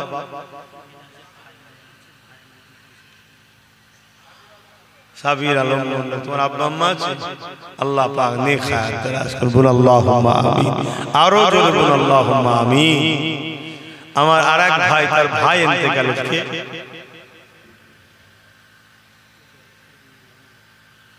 আচ্ছা, আরেক যাকে দিয়েছে মিনহাজ তার ভাই, তাই তো ইন্তেকাল হয়ে গেছে, ভাইয়ের জন্য 5000 টাকা দেবে। আল্লাহ কবুল করে, বল আল্লাহুম্মা আমিন। আরো জোরে বল আল্লাহুম্মা আমিন। আমাদের কুতুব ভাই 1000 টাকা আব্বা আম্মার নামে দেবে। আল্লাহ তার মনের আশাকে কবুল করে, বল আল্লাহুম্মা আমিন। আরো জোরে বল আল্লাহুম্মা আমিন। এই কুতুব ভাইকে ধরে এই অনুসরণ করে এখানে বলুন যাদের মুরব্বীরা রয়েছে, আব্বা আম্মা চলে গেছে, বাপ মা সাবরে সানির জন্য 1000 করে টাকা কারা কারা দেবেন একটু হাত তুলেন দেখি। কটা ভাবো বাপ মার ভালোবাসার লোক আছে দেখি। 1000 করে টাকা হাত তুলে, লম্বা লম্বা করে হাত তুলে। যাদের হায়াতে আছে হায়াতের জন্য, যাদের চলে গেছে সাবরে সানির জন্য। হাতগুলো গুনবো, 1 2 3 4 5 হাত তুলে রাখবে, হাত নামাবে না। 5 6 7 আর কই 8 9 10 11 12 হাত নাবা। 12টা হলো। এতগুলো মানুষের মধ্যে 12টা কি গো আপনারা আব্বা আম্মার জন্য দেবেন না? 1000 করে টাকা দেন, 1000 করে টাকা দেন। কমসে কম এটাও 20টা করুন। আর 8টা বান্দা বলুন যে আমরা আব্বা আম্মার জন্য সবচেয়ে সানির জন্য দেবো। তুমি 2000 টাকা দেবে। মাশাআল্লাহ, নারে তাকবীর, নারে দিবে কি নাম? আবুল কালাম। 2000 টাকা আব্বা আম্মার জন্য। আল্লাহ কবুল করে, বলুন আল্লাহুম্মা আমিন। বলেন আর 8টা বান্দা দরকার, 1000 করে। 8টার মধ্যে প্রথমে কে হাত তুলবে বলেন? এই তো আমার এক ভাই হাত তুলেছে, আল্লাহ কবুল করে, বলুন আল্লাহুম্মা আমিন। 7টা দরকার, কে আছে? কে? আমার মুরব্বি চাচা 1000 টাকা দেবে। আল্লাহ কবুল করে, বলুন আল্লাহুম্মা আমিন। আর 6টা দরকার। এই এক মুরব্বি হাত তুলেছে আব্বা আম্মার জন্য। আল্লাহ কবুল করে, বলুন আল্লাহুম্মা আমিন। আর 5টা দরকার। বলেন না ওই আমার এক যুবক ভাই, 1টা 2টো পর পর। আল্লাহ কবুল করে, বলুন আল্লাহুম্মা আমিন। ওই একটা হাত তুলেছে, আল্লাহ কবুল করে, বলুন আল্লাহুম্মা আমিন। আর 3টে দরকার, না 2টো দরকার, সরি 3টে হয়ে গেল, আর 2টো দরকার। ওই কোনে একজন হাত তুলেছে, আর একজন কি আছে বলুন? একটা শেষ বান্দা হাত তুলে বলুন যে আমি 1000 টাকা দেবো। কই? 1টা 2টো আব্বাস ভাই, 3টে 4টে 2000 দেবে। আচ্ছা 2000 দেবে। 4টে 1টা 4টে। আল্লাহ কবুল করে, বলুন আল্লাহুম্মা আমিন। নামগুলো একটু লিখে নাও। আল্লাহ কবুল করে, বলুন আল্লাহুম্মা আমিন। দরুদ শরীফ। আল্লাহুম্মা সাল্লি আলা সাইয়্যিদিনা মাওলানা মুহাম্মদ ওয়া আলা আলিহি। যে গাদ্দার গুলো কবে ইসলাম থেকে বেরিয়ে গিয়ে ইসলামের দুশমনদের খাতায় নাম লিখিয়ে দিয়েছে, কিন্তু ইসলামের দুশমনরা তাদের ঘরে আমাদের ঘরে উটা থেকে নত করে রাখার জন্য বলেছে তুই প্রকাশ ঘোষণা মুসলিম হয়ে থাক। এই গাদ্দার চতুর্দিকে আমাদেরকে ঘিরে আছে। আজকে এই গাদ্দারদের জন্য আজ আমাদের বড় চলার সম্মুখীন হচ্ছে, প্রশ্ন দাঁড়িয়ে যাচ্ছে এই গাদ্দার চিনবেন কি করে? এরপরেও কি এখান থেকে রেহাই হওয়ার রাস্তা নাই? হ্যাঁ রাস্তা আছে, একদিন রেহাই তো হবে। ইমাম মেহেদী আলাইহিস সালামের নেতৃত্বে পুরো পৃথিবীতে অত্যাচার, জুলুম, দাঙ্গা, খুন, ফাসাদ, চুরি, ডাকাতি, চরিত্রহীন, জালিম, অত্যাচারী, বদমাশ, বাটপার সব খতম হয়ে পুরো পৃথিবীতে আবার আমান, শান্তি, ইনসাফ, ইনসানিয়াত, সাম্যর হাওয়া বইতে থাকবে। জোরে বলুন সুবহানাল্লাহ, আরো জোরে বলুন না সুবহানাল্লাহ। তাহলে হবে না হবে না? হবে। এ থেকে বাঁচার বিষয় আজকের এই মাহফিলে আমার ক্ষুদ্র জ্ঞানে যতটুকু আল্লাহ দিয়েছে তা থেকে একটা বিষয় আমি আপনাদের বলবো, যে বিষয়টা হলো হযরত ইমাম গজ্জালী হুজুরের একটা কওল, যখন তোমাদের উপরে কোনো বালা, মুসিবত, বিপদ কালো মেঘের মতো ছায়া করে আসবে, মনে রেখে দিও তখন তোমরা মনে করবে যে আমাদের হুজুরের সঙ্গে মহব্বত, ভালোবাসা, সম্পর্ক কমেছে, তাই বিপদ আসছে। যে যান নিজের মধ্যে এবারে দেখুন আমাদের মধ্যে হুজুরের মহব্বত, ভালোবাসা কমেছে না কমেনি দেখুন। ইমাম গজ্জালী হুজুর এমন এক ব্যক্তি যিনার কথার মধ্যে দম আছে, তাই তিনাকে তিনার অনুসারীরা জিজ্ঞেস করেছেন, হুজুর এ থেকে মহব্বত বাড়াবার উপায় কি? ইমাম গজ্জালী হুজুর দুটো রাস্তা বলেছে, একটা হলো নবীর উপরে দরুদ বেশি বেশি করে পড়ো, এতে নবীর মহব্বত বাড়বে, বালা মুসিবত থেকে আল্লাহ তোমাদেরকে উদ্ধার করবে। জোরে বলুন সুবহানাল্লাহ, আরো জোরে বলবেন না সুবহানাল্লাহ। কিন্তু দুর্ভাগ্য আমরা বলুন দরুদ শরীফ পড়ি কি? এ যুবক ভাইরা বল পড়ো কি? আজকে একটা মাহানাতে পড়ছো তাও আওয়াজ করছো, এর কারণ কি? মহব্বত কমেছে, ঘাটতি হচ্ছে। আর এই মহব্বত কি একদিনে কমেছে? 100 বছরের একটা পরিকল্পনা পৃথিবী জুড়ে চলে আসছে। নিশ্চয়ই আপনারা নাম শুনেছেন সুলতান আব্দুল হামিদ রাহমাহুল্লাহ, নাম শুনেছেন? যিনি রাজ ক্ষমতা চালাবার পরও প্রতিদিন রাত্রিরে 400 বার বা 500 বার করে দরুদ পড়ে ঘুমোতেন। আমার নবীর বড় আশিক ছিল। জোরে বলুন সুবহানাল্লাহ। ফ্রান্স একবার আমার নবীর নিয়ে একটা কার্টুনের মঞ্চ তৈরি করতে চেয়েছিল, যে নবীকে নিয়ে একটা নাটক হবে, ড্রামা হবে। সুলতান আব্দুল হামিদের সাহেবের কাছে যখন খবর আসে, সুলতান আব্দুল হামিদ ফ্রান্সের সফিরকে, ফ্রান্সের ওই যে গভর্নর তাকে ডাক দিয়েছে, এসে ডেকেছে, ডেকে বলেছে খবর পাঠাও, যদি এই ড্রামা, এই নাটক বন্ধ না হয়, চালু তখন হয়নি, দেখানো হবে, শো পুরো রেডি, ইমিডিয়েটলি যদি বন্ধ না করা হয় তাহলে ফ্রান্স হুকুমতকে তৈরি হতে বলো, এক্ষুনি আমার সঙ্গে লড়াই করতে হবে। আজকে এরকম শাহিন শাহ, এরকম লিডার, এরকম বাদশা আমাদের আছে। কথা বল, আমাদের বড় দুর্ভাগ্য, আমাদের বড় দুর্ভাগ্য। আমরা সুরাতে সকলে দেখি মুসলমান নেতা, মুসলমান লিডার, মুসলমান এমএলএ, মুসলমান এমপি, মুসলমান বাদশা, কিন্তু তার ভেতরটা তো সব বিক্রি হয়ে গেছে। তাই আজ আমাদের উপরে মুসিবত। এতে কি উদ্ধার আছে? বাবা ঘাবড়াবার কিছু নেই। আমি 100% সিওর দিয়ে বলে যাচ্ছি, মন খারাপ করবেন না, ঘাবড়াবেন না। শুধু লোকাল রোড ছেড়ে দিয়ে মেন রোডে উঠুন, অ্যাক্সিডেন্ট বন্ধ হয়ে যাবে। আপনি তো ঢুকে গেছেন নো এন্ট্রিতে, উল্টো সাইড দিয়ে অনেক রাস্তা, উল্টো সাইড দিয়ে গাড়ি আসছে, আপনি সেদিকে ঢুকে গেছেন, অ্যাক্সিডেন্ট তো হবে। আপনি আপনার রোডে উঠে আসুন, আপনি আপনার রাস্তা ছেড়ে দিয়ে আপনি সারাবিদের রাস্তা, জালিমদের রাস্তা, অত্যাচারীদের রাস্তা, খুনের রাস্তা, দাঙ্গাবাজদের রাস্তা, ইবলিস শয়তানের রাস্তার পথিক হয়েছেন, তা আপনাকে তো বিপদের সম্মুখীন হতেই হবে।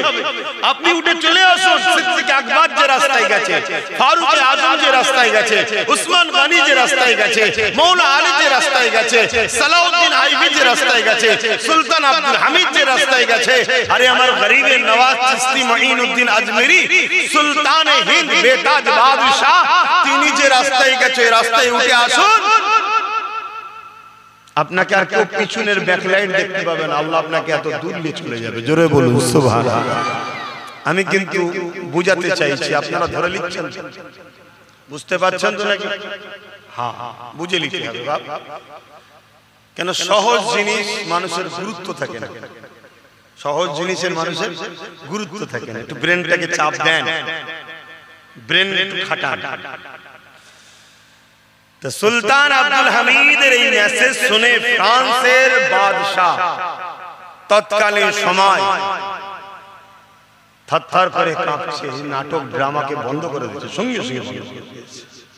শুনছেন কি বলছে? কিসের পাওয়ার?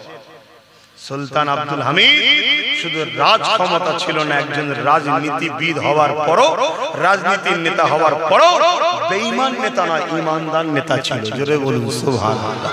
হ্যাঁ, আমাদের কিসমতে যত জুটেছে সব কটা বেঈমান। এই কথা শুনছেন না শুনেন? আমার কথা অসুবিধা হচ্ছে আপনাদের?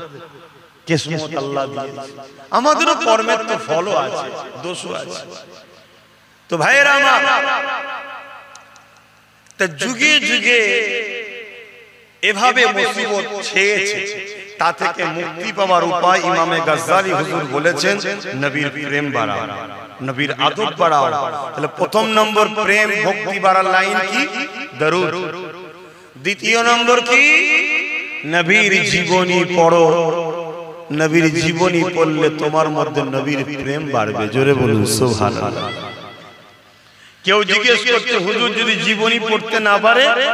ইমামে গাজ্জালি হুজুর বলছে, জীবনী যদি পড়তে না পারে, যাদের কাছে বসলে হুজুরের জীবনী শোনা, তাদের কাছে বসে হুজুরের জীবনী শোনো, এতে প্রেম বাড়বে। আর প্রেম বাড়লে ঈমান বাড়বে। ঈমান এমন একটা পাওয়ার, ঈমানদারকে দেখলেই জালিমের মাথা।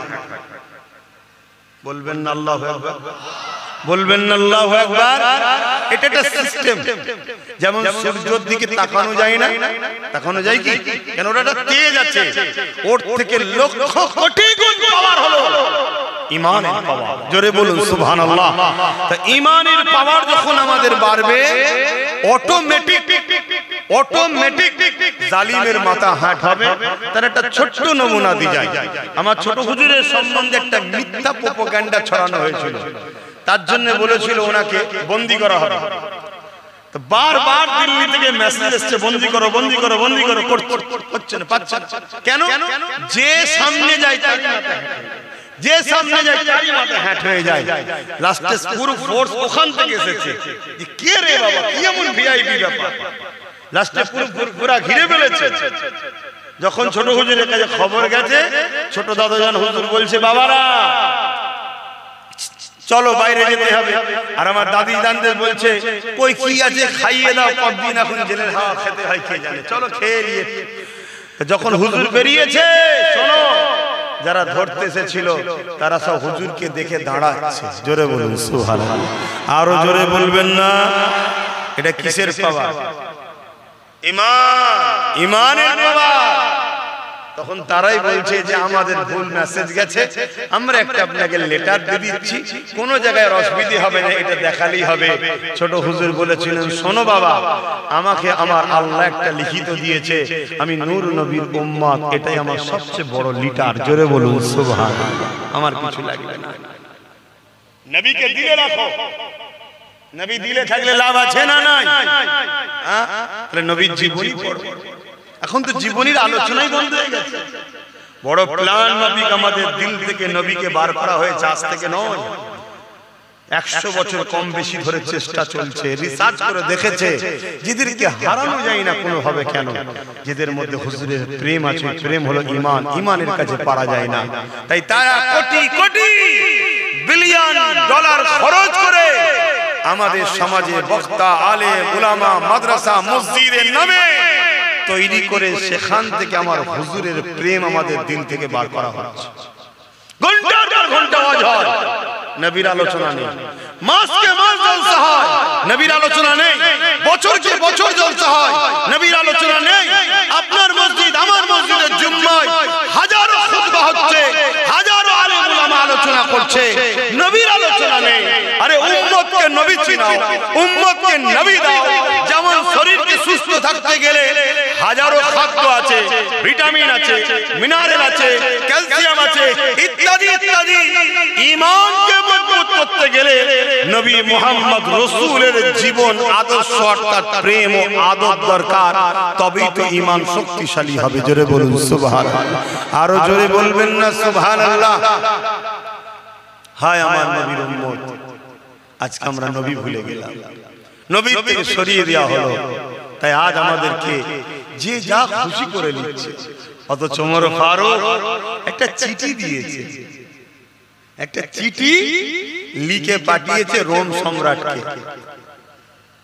যে যা মানুষের উপরে জুলুম হচ্ছে ওমর কি আসবে? শুধু চিঠিটা দেখেছে, উঠে দাঁড়িয়ে গেছে, থরথর করে কাঁপছে। সফিরকে চিঠি দিয়ে পাঠিয়েছে, যে বলো না আমি শুধরে গেলাম। বলুন সুবহানাল্লাহ। আর আজকে এত আমরা এত আমাদের ঘরে দিয়েই অত্যাচার করা হচ্ছে। এর কারণ হুজুর দিল থেকে সরে গেছে, অসুবিধা হচ্ছে।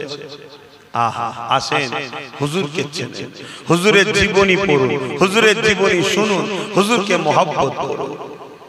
অনেকে আবার বলে, আরে কোরআন হাদিস শোনাচ্ছ না কেন? এই আরেক গাদ্দার মুনাফিক। কোরআন হাদিস শোনাচ্ছে না কেন?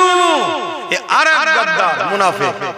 আরে নবীর জীবনীটাই তো কোরআন, জিন্দা কোরআন। জোরে বলুন সুবহানাল্লাহ। নবী পাক সাল্লাল্লাহু আলাইহি ওয়াসাল্লাম যা করেছে কোরআনের বাইরে করেছে না কোরআন অনুযায়ী করেছে? কথা বলে সবাই বলছেন না কেন? আমার নবী যা করেছে কোরআনের বাইরে করেছে না কোরআন অনুযায়ী করেছে? আমার নবীর জীবন আদর্শটাই তো কোরআনের প্র্যাকটিক্যাল, কোরআনের বাস্তব। কোরআন তো হুজুরের উপরে নাজিল হয়েছে। কোরআনে খুলে খুলে বর্ণনা নেই।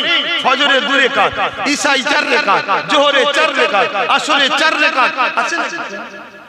কি গো মাওলানা সাহেব, দেখাতে পারবেন? আমার তো পড়াতে দেখতে পাই। বলুন, রুকু একটা, সিজদা দুবার কোরআনে আছে। সিজদা আগে, এই রুকু আগে, সিজদা পরে। এটা খুলে খুলে শুধু নামাজের কথা, আকিমুস সালাত, নামাজ কায়েম করো, ওয়াসজুদু ওয়ারকু, তোমরা রুকু দাও, সিজদা দাও। কিন্তু এটাকে রুকু বলা হয়। কপালটা মাটিতে ঢাকানোটাকে ওটাকে রুকু বলা হয়। তুই কি করে জানলে না ওটা নয় এটা? আমার হুজুর সব খুলে খুলে খুলে খুলে আমাকে শেখাচ্ছে। জোরে বলুন সুবহানাল্লাহ। তাহলে কোরআন যদি জানতে চাও, আম্মা হযরত আয়েশা সিদ্দিকা রাদিয়াল্লাহু তাআলা আনহাকে জিজ্ঞাসা করা হয়েছিল, এ আম্মা জান, আমার রাসূলকে নিয়ে কিছু আমাদেরকে শোনান। সঙ্গে বলি আম্মা জান বলেছিলেন, তোমরা কি কোরআন দেখো না?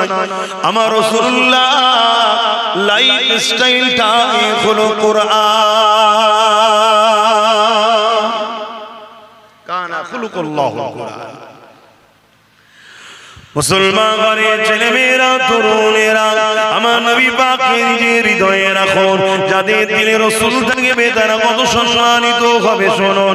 এ যুবকেরা, তরুণেরা, আজ নতুন নয়, আল্লাহ দিলের উপরে টার্গেট করা, মসজিদকে টার্গেট করা, মাদ্রাসাকে টার্গেট করা, এটা আজকে নতুন নয়। কেউ হালকা হালকা করে করছিল, তখন আমরা ট্রিটমেন্ট করিনি, তাই রোগটা এখন একটু বড় হয়ে গেছে। তবে মনে রাখবেন, যুগ যুগ ধরে জালিম অত্যাচারী সন্ত্রাসীরা হক নবীর উপরে, ইসলামের উপরে, মানবতা, সভ্যতা, ধর্মের উপরে, আল্লাহর ঘরের উপরে, মসজিদ, মাদ্রাসা, কোরআনের উপরে বারবার আঘাত দিয়েছে। এটা আমার রাসূল পাক সাল্লাল্লাহু আলাইহি ওয়াসাল্লাম দুনিয়ার জমিনে আসার আগের একটা ওয়াকিয়া আপনাদের শোনাই, শুনবেন না? সব পিছনের লোকগুলো ঘুমিয়ে পড়লো নাকি? ডান দিকে ভর্তি করা দরকার, বাঁ দিকে ভর্তি করে বসে আছে। ডান দিকে দেখতে পাচ্ছি, আর ওই কোনটা অন্ধকার করে রেখেছে কেউ আছে, আমি দেখতে পাচ্ছি। আচ্ছা, এদিকে দেখুন, আপনারা দেখতে হবে না। আমার নওজোয়ান তরুণীরা, যুবকেরা, এ নবী পাকের প্রেমিকেরা, আল্লাহ নবী, নবী, দয়া নবীকে আমার আল্লাহ পাক সবার আগে তৈরি করেছে। এটা আপনারা মানেন না মানেন না? একটু আওয়াজ দিয়ে বলুন। আজকে আমাদেরকে বলানো হয় নবী সবার আগে নয়, বলা হয় না? কেন বলানো হয়? যাতে আমাদের দিল থেকে নবীর ভক্তি প্রেমকে কমানো যায়। আর কমলে কি কমবে ভাই? ঈমান দুর্বল। আর ঈমান দুর্বল হলে কি হবে? যারা সোজা হয়ে দাঁড়াতেও জানে না, পানি খরচ করতেও জানে না, তারাও পিটিয়ে যাবে। পিটাচ্ছে না, পিটাই না?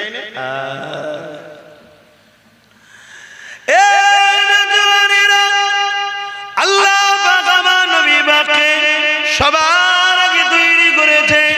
আমার আল্লাহ পাক আমার নবী পাকে নূর মোবারক থেকে পুরো কায়নাতকে তৈরি করেছে। মনে রেখে দেবেন, হযরতে জিবরাইল আলাইহিস সালাম আমার নবী পাকের দরবারে একবার আসলেন। এক তারিখে আসার সময় আমার নবী জিজ্ঞাসা করেছিলেন, ও হযরতে জিবরাইল আপনার বয়সটা কত? হযরতে জিবরাইল আলাইহিস সালাম বললেন, হুজুর এমনি ভাবে তো আমি বলতে পারবো না, তবে হ্যাঁ একটা নমুনা আপনাকে বলতে পারি। আল্লাহ যখন আমাকে বানিয়েছিল কোনো কিছুই আল্লাহ পাকে ছিল না, শুধুমাত্র আল্লাহ পাকের আরশ ছিল। ওই আরশের নিচে একটা নূরের পর্দা ছিল। ওই পর্দার নিচে আমাকে আল্লাহ থাকতে দিয়েছিল। আমি জিবরাইল যখন চোখটা খুলেছিলাম, ওই পর্দা দিকে যখন নজরটা পড়লো, আমি জিবরাইল অবাক হয়ে গেলাম। ওই পর্দার মধ্যে একটা নূরের ঝলক দেখেছিলাম।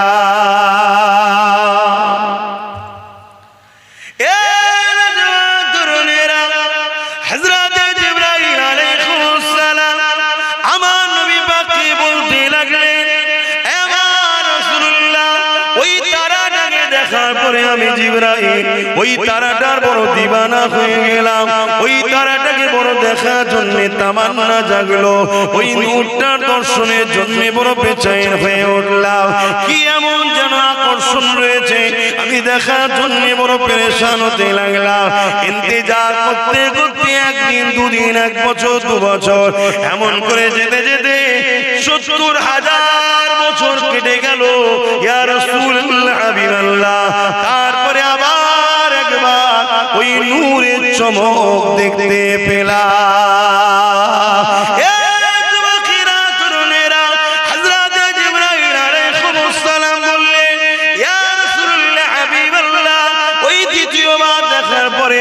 ওই নূরের উপরে আমার টান আরো বেড়ে গেল। আমি দিবানা হয়ে দেখার জন্য মতওয়ারা হয়ে গেলাম। ইয়া রাসূলুল্লাহ, হাবিবাল্লাহ। আবার ইন্তজার করতে করতে 70,000 বছর কেটে গেল। তারপরে আবার একবার ওই তারা নূরের দিদার হলো। ইয়া রাসূলুল্লাহ, যতবার দেখি দেখার জন্য কোনো পিপাসা তত বাড়ে। এইভাবে আমি ওই তারাটাকে 72,000 বার দেখেছি। আর একবার উদিত হওয়ার পর ওই নূরটা 70,000 বছর পর আবার জাহির হয়। এইভাবে ওই নূরটাকে আমি জিবরাইল 72,000 বার দেখেছি। আরো জোরে বলুন সুবহান আল্লাহ। আল্লাহ আল্লাহ নবী বললেন, জিবরাইল, ওই নূরটা তোমার নবী মুহাম্মদুর রাসূল। জোরে বলুন সুবহানাল্লাহ। কি গো উম্মত, বলবে না সুবহানাল্লাহ?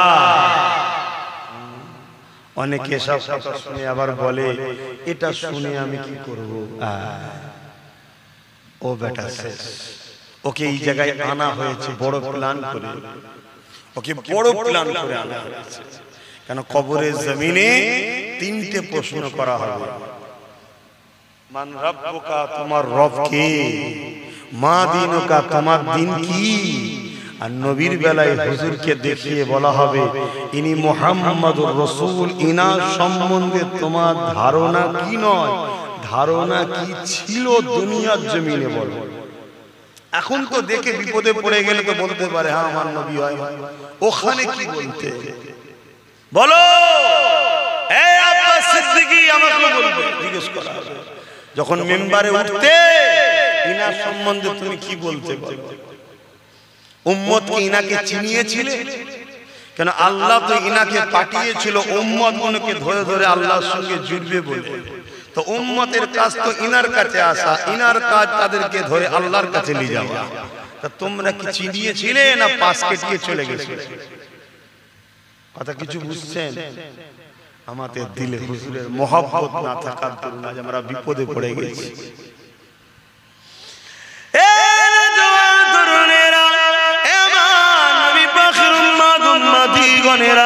আল্লাহ নবীকে মুহাব্বত করে ভালোবাসে, প্যার করে।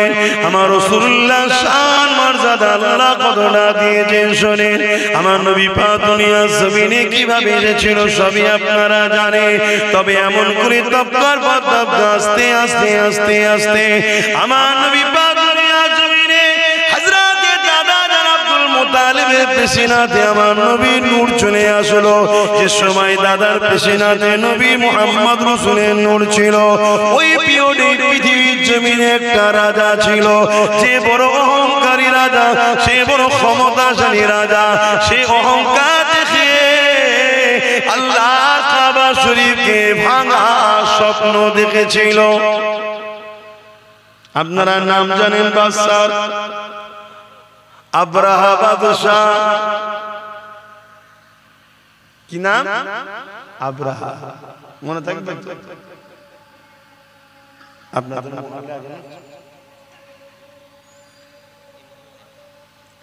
আব্রাহা বাদশাহ, কথা বুঝে আসছে? এই বাদশাহ সে বিশাল সৈন্য তৈরি করেছে। কি জন্য? আল্লাহর ঘর কাবাকে ভেঙে ফেলবে। আজকে আমার জালিম বিশ্ব জুড়ে ঘুরছে না ঘরে না আল্লাহর ঘরগুলোকে অপমান করার জন্য ঘুরছে।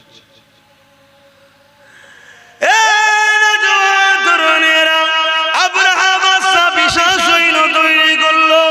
নাজ্জাশী বাদশাহ গায়ে চিড়ি দিয়ে ওখান থেকে সৈন্য নিয়ে এসে এমন করে বিশাল কাফেলা নিয়ে আল্লাহর ঘর কাবা শরীফকে ভাঙার জন্য আগিয়ে আসতে লেগেছে। এবং আব্রাহা নিজে একটা বিশাল হাতির উপরে চেপে এমন করে কাবা দিয়ে আগিয়ে আসতে লেগেছে। বিশাল বাহিনী নিয়ে, অস্ত্র শস্ত্র নিয়ে, তীর বল্লম ধনুক নিয়ে, লোহা সুহাজ্জিত করে নিয়ে এইভাবে তারা কাবাকে ভাঙার জন্য মক্কার জমিনের দিকে রওনা দিতে লেগেছে। কিছু দূর আগে আসার পরে শোনো গো, শোনো গো, শোনো গো, ওই আব্রাহা বাদশাহ তার সৈন্যদেরকে নিয়ে একটা ফাঁকা জায়গায় তাঁবু তৈরি করলো। ওই তাঁবু তৈরি করে নিয়ে সেনা প্রধানদের সঙ্গে আলোচনা করতে লাগলো। কিছুতে একটা বাহানা দরকার, এমনি এমনি ডাইরেক্ট কি করে হামলা করে কিছুতে একটা বাহানা তৈরি করতে হবে। বুদ্ধি পরামর্শের মধ্যে উঠে এলো মক্কার মানুষেরা গৃহপালিত পশু লালন পালন করে, বিভিন্ন এলাকায় সেগুলোকে চরণের জন্য ছেড়ে দেওয়া হয়, ওগুলোকে বন্দী করে নেওয়া হোক। তারা বন্দী যখন করবে, তারা এই বাহানে আমাদের সঙ্গে কথা কাটাকাটি করবে। ওই কথা কাটাকাটিতে আমরা তাদের উপরে হামলা চালিয়ে দেব। কথা মতো কাজ হয়ে গেল। মক্কার মানুষের উটগুলোকে বন্দী করতে লাগলো। ওই বন্দির মধ্যে আল্লাহ নবীর দাদা জান হযরত আব্দুল মুতালিব হুজুরের 200 উট ছিল। ওই উটকেও আব্রাহা বাহিনী বন্দী করে ফেললো। কিন্তু কেন বন্দী করলো? যাতে করে তারা এসে কথা কাটাকাটি করে, এই সুযোগে আমরা লড়াইয়ের একটা রাস্তা পেয়ে যাই। শুনছেন তো? যেমন আজকের আব্রাহা বড় চেষ্টা করছে, এটা বাহানা খুঁজছে, পায়ের উপরে পা দিয়ে ঝগড়া করছে না, করে না? কখনো টেনে মারছে, কখনো চাকরি করতে গেছে মারছে, কখনো মিডিয়ার মাধ্যমে গাল দিচ্ছে, কখনো আল্লাহর নামে লাইটিং এ উল্টো পাল্টা করছে, কখনো একটা ফটো টাঙিয়ে দিয়ে তাতে ইটা সিটা লিখে দিচ্ছে। কি হচ্ছে না হয়? এটা বাহানা খুঁজছে যাতে করে একটা ঝগড়া করা যায়। শুনছেন তো নাকি? এই বাহানা খুঁজতে খুঁজতে খুঁজতে লাস্টে এমনও খুঁজছে যে এই মসজিদে এই আছে, ওই মসজিদে ওই আছে, ওই মসজিদে ওই আছে, এরকম সব করছে না, করছে না। এমনকি এর আগে কি করেছে? মসজিদের সামনে বাঁদর নাচানোর মতো নেচেওছে। এই কথা বুঝছেন না? বুঝুন। তবে এই সব কিছুর পিছনে আমাদের কথা বলছো না তো? আচ্ছা, একটু দোষ আছে ভাই, একটু দোষ আছে।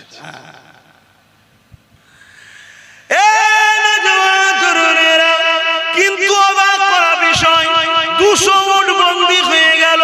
মক্কার মানুষের অন্যদেরও উট বন্দী হয়ে গেল। কোন ভুরুক্ষেপ নেই, কেউ লোক পাঠায়নি, কেউ খোঁজ নিতেও আসেনি, কেউ কথা বলতে আসেনি। ঠিক আজকে এরকমই হয়েছে, হাজার জায়গায় মারা হয়েছে, হাজার কিছু ঘটনা ঘটছে, আমরা কোনো গুরুত্বই দিইনি। তাই পেরেশান করে যেতে লেগেছে যে কি ব্যাপার, কিছু হচ্ছে না কেন। আব্রাহাও সেদিন পেরেশানে পড়ে গিয়ে লাস্টে নিজে থেকে একটা দুধ পাঠিয়ে দিল। আমার রাসূলুল্লাহর মক্কা জমিনে ওই দুধ যখন চলে আসলো, ওই দুধ এসে জিজ্ঞাসা করতে লাগলো, এই মক্কা চেয়ারপারসন কে আছে, এই মক্কার দায়িত্বে মেন কে রয়েছে? আরে আমার রাসূলুল্লাহর দাদা হযরত আব্দুল মুত্তালিব, তিনি মক্কা তখন গভর্নর ছিলেন, দায়িত্বে ছিলেন। আল্লাহর কাবার রক্ষণাবেক্ষণ তিনার হাতে ছিল। তাই এমন করে লোকেরা নিয়ে গিয়ে আব্দুল মুত্তালিব হুজুরের সামনে দাঁড় করিয়ে দিল।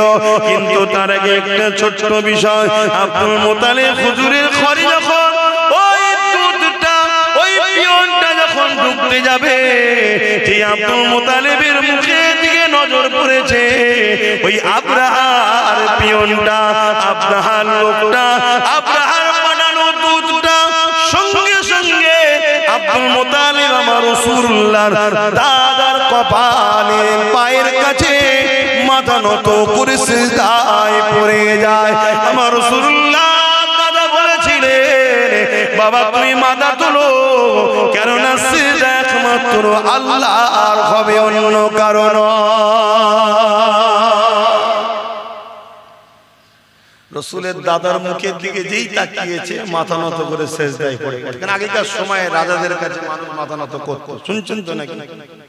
আবার নতুন করে এই সিস্টেম চালু করতে চাইছে। এই সিস্টেমের সবচেয়ে বড় বাধা হয়ে দাঁড়াচ্ছে ইসলাম। ইসলাম এক আল্লাহ ছাড়া কারো সেজদা কি ইজাজত দেয় না। অসুবিধা হচ্ছে নাকি আপনাদের? তোমার রসুলের দাদা কি বলেছিলেন? সেজদা একমাত্র কার? আল্লাহ। এ থেকে কি বুঝে যাচ্ছে? রসুলের দাদা বলুন ইসলামের উপরেই ছিল, জোরে বলুন সুবহানাল্লাহ। দ্বীনে ইব্রাহিমে ছিলেন, জোরে বলুন সুবহানাল্লাহ। তখন ইব্রাহিম নবীর দ্বীনের উপরে কায়েম ছিলেন। কথা বুঝা যাচ্ছে? কিন্তু আজ আমাদের কাছে সমাজে কিছু কথা শেখানো হয়। সে কথা হলো কি, যে রাসূল পাক সাল্লাল্লাহু আলাইহি সাল্লামের আব্বা আম্মা জান্নাতি না জাহান্নামী? প্রশ্ন করা হয় না, হয় না? এই এক চক্রান্ত আমাদেরকে যারা মিটাতে চাই, তাদেরই অর্থে চলা মুনাফিক দালাল উলামাদের। কথা বুঝা আসছে? আরে আমার নবীর দাদা যদি এক আল্লাহ মাননেওয়ালা হয়, তিনার নবীর দাদার ছেলে হযরত আব্দুল্লাহ মান নবীর আব্বাজান, তিনিও ইসলাম ও আম্মা আমিনা ইসলামের উপরে ছিলেন, জোরে বলুন সুবহানাল্লাহ। আমি বুঝাতে পারছি তো? আমরা অনেকে মনে করি ইসলাম আমার নবী থেকে শুরু হয়েছে। না, ইসলাম বাপ আদম থেকে শুরু। আমার নবী কমপ্লিট করে সিল মোহর করে দিয়ে গেছে, জোরে বলুন সুবহানাল্লাহ। বাবেরা নওজওয়ানেরা ওই জায়গাতে আসি, আমার নবী পাকের দাদার কপালে তখন আমার নবী পাকের নূর মুবারক রক্ষিত ছিল। আমার নবী পাকের নূরের চমকেতে এমন করে আব্রাহা বাদশাহ সেনাপ্রধান এবং তিনার উঠি সিজদাতে পড়ে যেতে লাগলো। অনেক বড় কথা এমন করে বলতে লাগলো, এ আব্রাহা বাদশাহ বলতে লেগেছে, এ মক্কার গভর্নর, এ মক্কা দায়িত্বে যিনি রয়েছেন আব্দুল মুত্তালিব, আমাকে আব্রাহা বাদশাহ পাঠিয়েছে এমন করে মক্কার উপরে হামলা করবে। আমাদের লক্ষ্য কাবা ঘরকে ভেঙে দিয়া তোমাদের সঙ্গে কোনো লড়াই করা নাই, তোমরা সাইড হয়ে যাও, সাইড হয়ে যাও, আমরা আসবো কাবাকে ভাঙবো আর চলে যাবো, এটাই হলো আমাদের লক্ষ্য। আমার রাসূলুল্লাহ দাদা কি উত্তর দিয়েছিলেন শোনো, তোমার বাদশা আব্রাহাকে যে বলকে যাও আমার 200 উটকে বন্দী করেছে, ওই 200 উটের মালিক আমি, আমার 200 ইট আমাকে ফিরিয়ে দিতে বলো। কাবার মালিক যিনি, তিনি তিনার ঘর দেখে নেবে। আরো জোরে বলুন।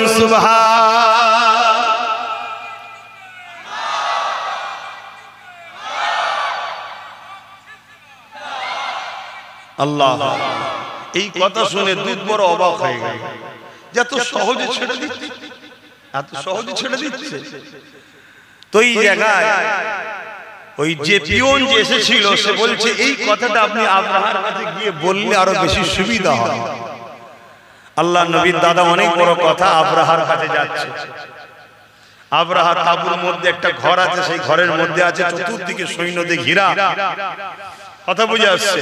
তো এই দুধ যে পিয়ন এসেছিল সে বলছে আপনি একটু বাইরে দাঁড়ান, আমি ভেতরে গিয়ে রাজা মশাইকে আপনার সম্বন্ধে একটু জানাই, জানিয়ে এসে আপনাকে নিয়ে যাব। তা ওই আব্রাহার যে পিয়ন ছিল সে গিয়ে আব্রাহাকে বলতে লেগেছে, আরে যিনি আসছে ইনি মক্কার সর্দার এবং ইনার মধ্যে কিছু বাত আছে, একটু সাবধানে আপনি কথা বলবেন। এই রাসূলের দাদার তারিফ শুনে না আব্রাহা বড় অহংকারী ছিল, সে রেগে গেছে। আরে তুমি আমার খাও, ওর প্রশংসা করো, ওর গুণ গাও, ডাকো ডাকো, আমি পৃথিবীর সবথেকে শক্তিশালী রাজা, আমি যে কোনো দেশ, যে কোনো মুলক, যে কোনো জায়গাকে আমি যে কোনো সময় কব্জা করে নিতে পারি, আর তুমি আমাকে একটা সামান্য ব্যক্তির সম্বন্ধে তুমি কি শোনাচ্ছ? হায় রে বোকা, সে তো জানে না যে কাকে ডেকেছে। যখন আমার নবীর দাদা ঘরে ঢুকছে আর ওই জালিম অত্যাচারী আব্রাহা যেই নবীর দাদার দিকে তাকিয়েছে, নূরে মোহাম্মদ রাসূলের এতে নজর পড়েছে, উঠে দাঁড়াতে লেগেছে। জোরে বলুন সুবহানাল্লাহ, আরো জোরে বলবেন না সুবহানাল্লাহ। আমি আগে বললাম না, দিলে হুজুর রাখেন, জালিম যত বড়ই হোক সে আপনাকে দেখে সম্মান করবে, ঘাবড়ে যাবে। কথা কিছু মাথায় ঢুকছে?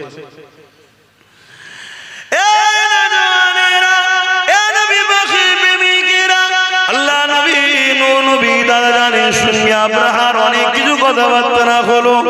কথাবার্তা হওয়ার পরে একটাই জায়গায় দাঁড়ালো। আল্লাহ নবী দাদা বলতে লাগলো, আমি উটের মালিক, আমাকে উট দিন, আমি চলে যাব। কাবার মালিক যিনি তিনি কাবা দেখে নেবে। এই সময় আব্রাহা চিন্তা করতে লাগলো হয়তের মধ্যে কোনো ফন্দি থাকতে পারে। তাই সেনা প্রধানকে ডেকে বললো, যাও এই আব্দুল মুতালিব সাহেবকে নিয়ে গিয়ে আমার বিশাল সৈন্য বাহিনীটাকে একটু দেখিয়ে দাও। যদিও গোপনে গোপনে প্ল্যান রাখে, আমার বাহিনী দেখো যেন ঘাবড়ে যায়। এ যুবকেরা, তরুণেরা, ওই সময় যে সৈন্যদের মধ্যে দেখে ওই বাহিনীর মধ্যে একটা বড় হাতি ছিল, যে হাতির উপরে আব্রাহা বাদশা বসে এসেছে। বিশাল বড় জঙ্গলি হাতি, যার গর্জনে মানুষ অজ্ঞান হয়ে মারা যায়। স্পেশাল করে আব্রাহা বলল, আমার সওয়ারি হাতিটাকে দেখাবে। আল্লাহ নবী দাদাকে যখন ওই হাতির সামনে নিয়ে যাওয়া হয়, মন দিয়ে শুনুন, হাতি ওই দিকে মুখ করেছিল, পিছন দিক দিয়ে রাসূলের দাদাকে নিয়ে যাওয়া হচ্ছে। এমন করে কোন এক সময় যখন হাতি এই দিকে ঘুরেছে, যখনই ঘুরেছে আমার নবীর দাদার দিকে নজর পড়েছে। হাতি তার ক্ষমতা অনুযায়ী তার ছুটের মতো জোরে জোরে হেঁটে এসে নিজের সোর আর মাথা দিয়ে আমার নবীর দাদাকে সিজদায় পড়ে যায়। আরো জোরে বলুন সুবহান। সেনা প্রধান তো দেখে অবাক, ই কি হলো, আমি কি দেখাতে নিয়ে এসেছি, কি দেখছি? আরে তোদের কপালে তো নাই যা দেখার হাতি দেখে নিয়েছে, যেখানে গেলে বিপদ আছে। কথা বুঝে আসছে? পরের দিন অনেক বড় কথা, পরের দিন সমস্ত জীবজন্তুকে নিয়ে যাওয়া হচ্ছে। ওই হাতিকে কোনোভাবে কিন্তু আর রাজি করতে পারে না, কেন ও দেখেছে রাসূলের দাদার কপালে নূরে মুহাম্মদ রাসূল রয়েছে। কথা বুঝে আসছে? লাস্টকে বাদ দিয়ে লড়াই গেল, অনেক বড় কথা। আল্লাহ আবাবিল পাখি পাঠালো, আপনারা সবাই জানেন। সেই পাখি মুখে করে ডানা করে একটা করে পাথর ছেড়ে ছেড়ে ছেড়ে ছেড়ে এমন করে পুরো আব্রাহা ও তার সৈন্য সামন্তরকে আল্লাহ ধ্বংস করে দিয়েছিলেন। বলুন সুবহানাল্লাহ। আসুন আমরা ঈমানের দিকে মজবুত হই, আল্লাহ সাহায্য আসবে। আজকে যত আব্রাহা চালা আছে এদের উপর আল্লাহর লানত আসবে, আযাব আসবে, এরাও ধ্বংস হয়ে যাবে। কিন্তু আমাদেরকে পরিবর্তন হতে হবে, আমাদেরকে পরিবর্তন হতে হবে। আল্লাহ আমাদেরকে রাসূলের প্রেম ভালোবাসা আমাদের অন্তরে ভরিয়ে দেন। জোরে বলুন সুবহানাল্লাহ। মনে রাখবেন, আজ এত সাহস ধরার পিছনেও একদল মুনাফিক রয়েছে। শুনছেন না? শোনেন না? একদল আছে। আপনি আমাকে ছোট বলে কথাকে অবজ্ঞা করবেন না, অবজ্ঞা করবেন না। মনে রাখবেন আমরা একটা মসজিদকে হারিয়েছি, জানেন তো নাকি? কি নাম জানো? কত তারিখে জানো? বলো। 6 তারিখে একটা মসজিদকে কিন্তু আমরা হারিয়েছি। কি হারিয়েছি না হারাইনি? পৃথিবীতে যুগে যুগে যতদিন বাঁচবেন নিজের ছেলেকে বলবেন, বাবারা শোনো, আমার আল্লাহ ঘরকে মিথ্যা ইলজাম দিয়ে জালিমরা চক্রান্ত করে মসজিদকে শহীদ করে দিয়ে তাকে খনন করে হাজারো চেষ্টা করেছে, অন্য কিচ্ছু প্রমাণ পাওয়া যায় না। প্রমাণ পাওয়া গেছে ওখানে 500 বছরেরই মসজিদ ছিল, তার আগে কিছু ছিল না। জোরে বলুন সুবহানাল্লাহ। তারপরও জোর করে নিয়েছে, জোর করে নিয়েছে। আর আমাদের সমাজের একদল গাদ্দার ছিল, তারা ভেতরে ভেতরে সেটিং করে কেসকে উইথড্র করে নিয়েছে। কথা মাথায় ঢুকছে না? হ্যাঁ, আমার কথা মিলিয়ে দেখবে, একটু সার্চ করুন। বাপেরা, নওজোয়ান তরুণেরা, এই দুনিয়া আমাদের জন্য চিরস্থায়ী নয়, চলে একদিন যেতে হবে। ইসলাম জুলুম করার ইজাজত দেয়নি, জুলুম করাকে হারাম করেছে, কিন্তু নিজের অধিকারকে বুঝে নেওয়াটা ইসলাম ফরজ করেছে। মনে রাখবেন, জান বাঁচানো ফরজ, নিজের অধিকারকে বুঝে নেওয়াটাও ফরজ। এ যুবকেরা, তরুণেরা, বাপেরা, ইসলাম কারো ধর্মের উপরে আঘাত দিবার ইজাজত দেয়নি, তাই কখনো দিওয়া যাবে না। কিন্তু নিজের ঐতিহ্যের উপরে কেউ জুলুম করলে সেখানে প্রতিরোধ করে তোলার ইজাজত ইসলাম দিয়েছে। এ যুবকেরা, তরুণেরা, আজ আমি জানতে চাইছি, আজ আমরা এত হবার পরও, আজ আমরা এত লাঞ্ছিত, এত বঞ্চিত হওয়ার কারণটা কি?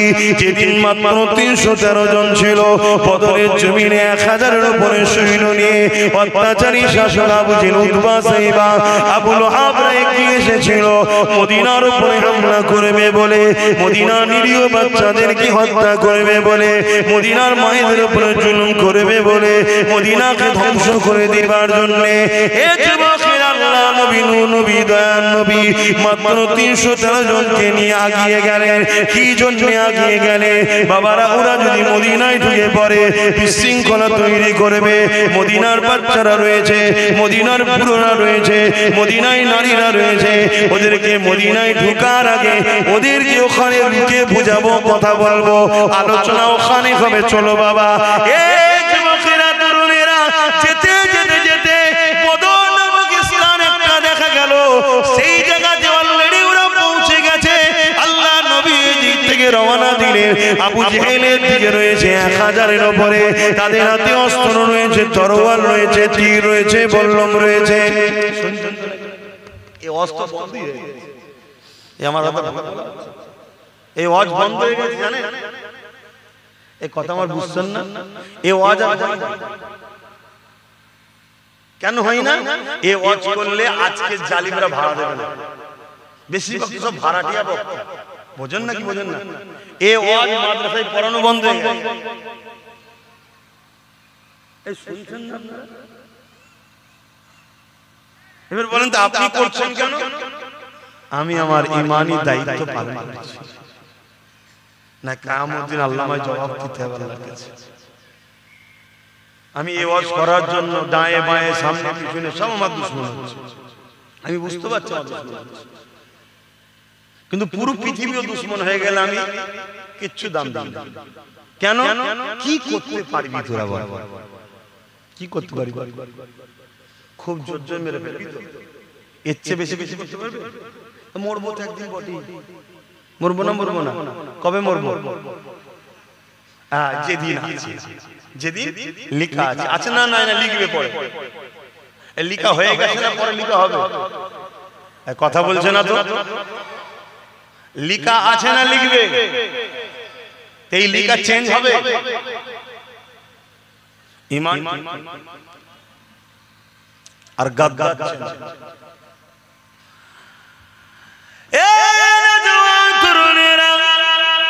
আল্লাহ নবী 313 জনকে নিয়ে এগিয়ে যাচ্ছে, যারা আমল করে কোনো হাতে অস্ত্র না, ঘোড়া উঠো নাই, খালি পায়েতে মরুভূমির ওপর দিয়ে হেঁটে হেঁটে যেতে লেগেছে।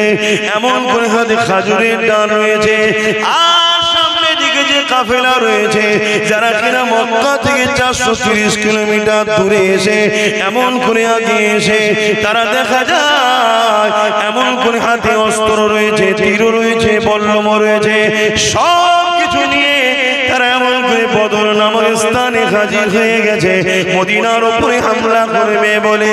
আল্লাহ নবী সেখানে তাদেরকে দাঁড় করিয়ে দিলে। এ যুবকেরা, তরুণেরা, বাপেরা, তারা কোনো কথা শুনতে রাজি নয়। তারা বলতে লেগেছে এই সুযোগে মেরে দে, এই সুযোগে মেরে দে, কেননা আমাদের সংখ্যা 1000 আর মুহাম্মাদের সংখ্যা মাত্র 313 জন। আমাদের হাতে অস্ত্র রয়েছে, মুহাম্মদ খালি হাতে রয়েছে, আমাদের হাতে তীর বল্লম রয়েছে, ওদের হাতে খালি হাতে রয়েছে, আমাদের গায়ে লোহার জামা রয়েছে, ওদের গায়ে কোন রকম ভাবে কাপড় রয়েছে, আমরা ঘোড়ের পিঠে ঘোড়ার পিঠে রয়েছি, ওরা তো খালি পায়ে রয়েছে। এই একটা মৌকা, এদেরকে মেরে দে, মেরে দে। আজও কেউ যদি মনে করে এই একটা মৌকা, সব জায়গায় আমরা, সব জায়গায় ক্ষমতা আমাদের, সব জায়গায় আমরা বসে আছি, সামনে আমরা, পিছনে আমরা, উপরও আমরা, চারিদিকে আমরা, এই সুযোগে মেরে দেই, সুযোগে দেখেলে তাহলে জালিমদেরকে জানিয়ে দিই, মনে রেখে দিও মারনেওয়ালা থেকে বাঁচানেওয়ালা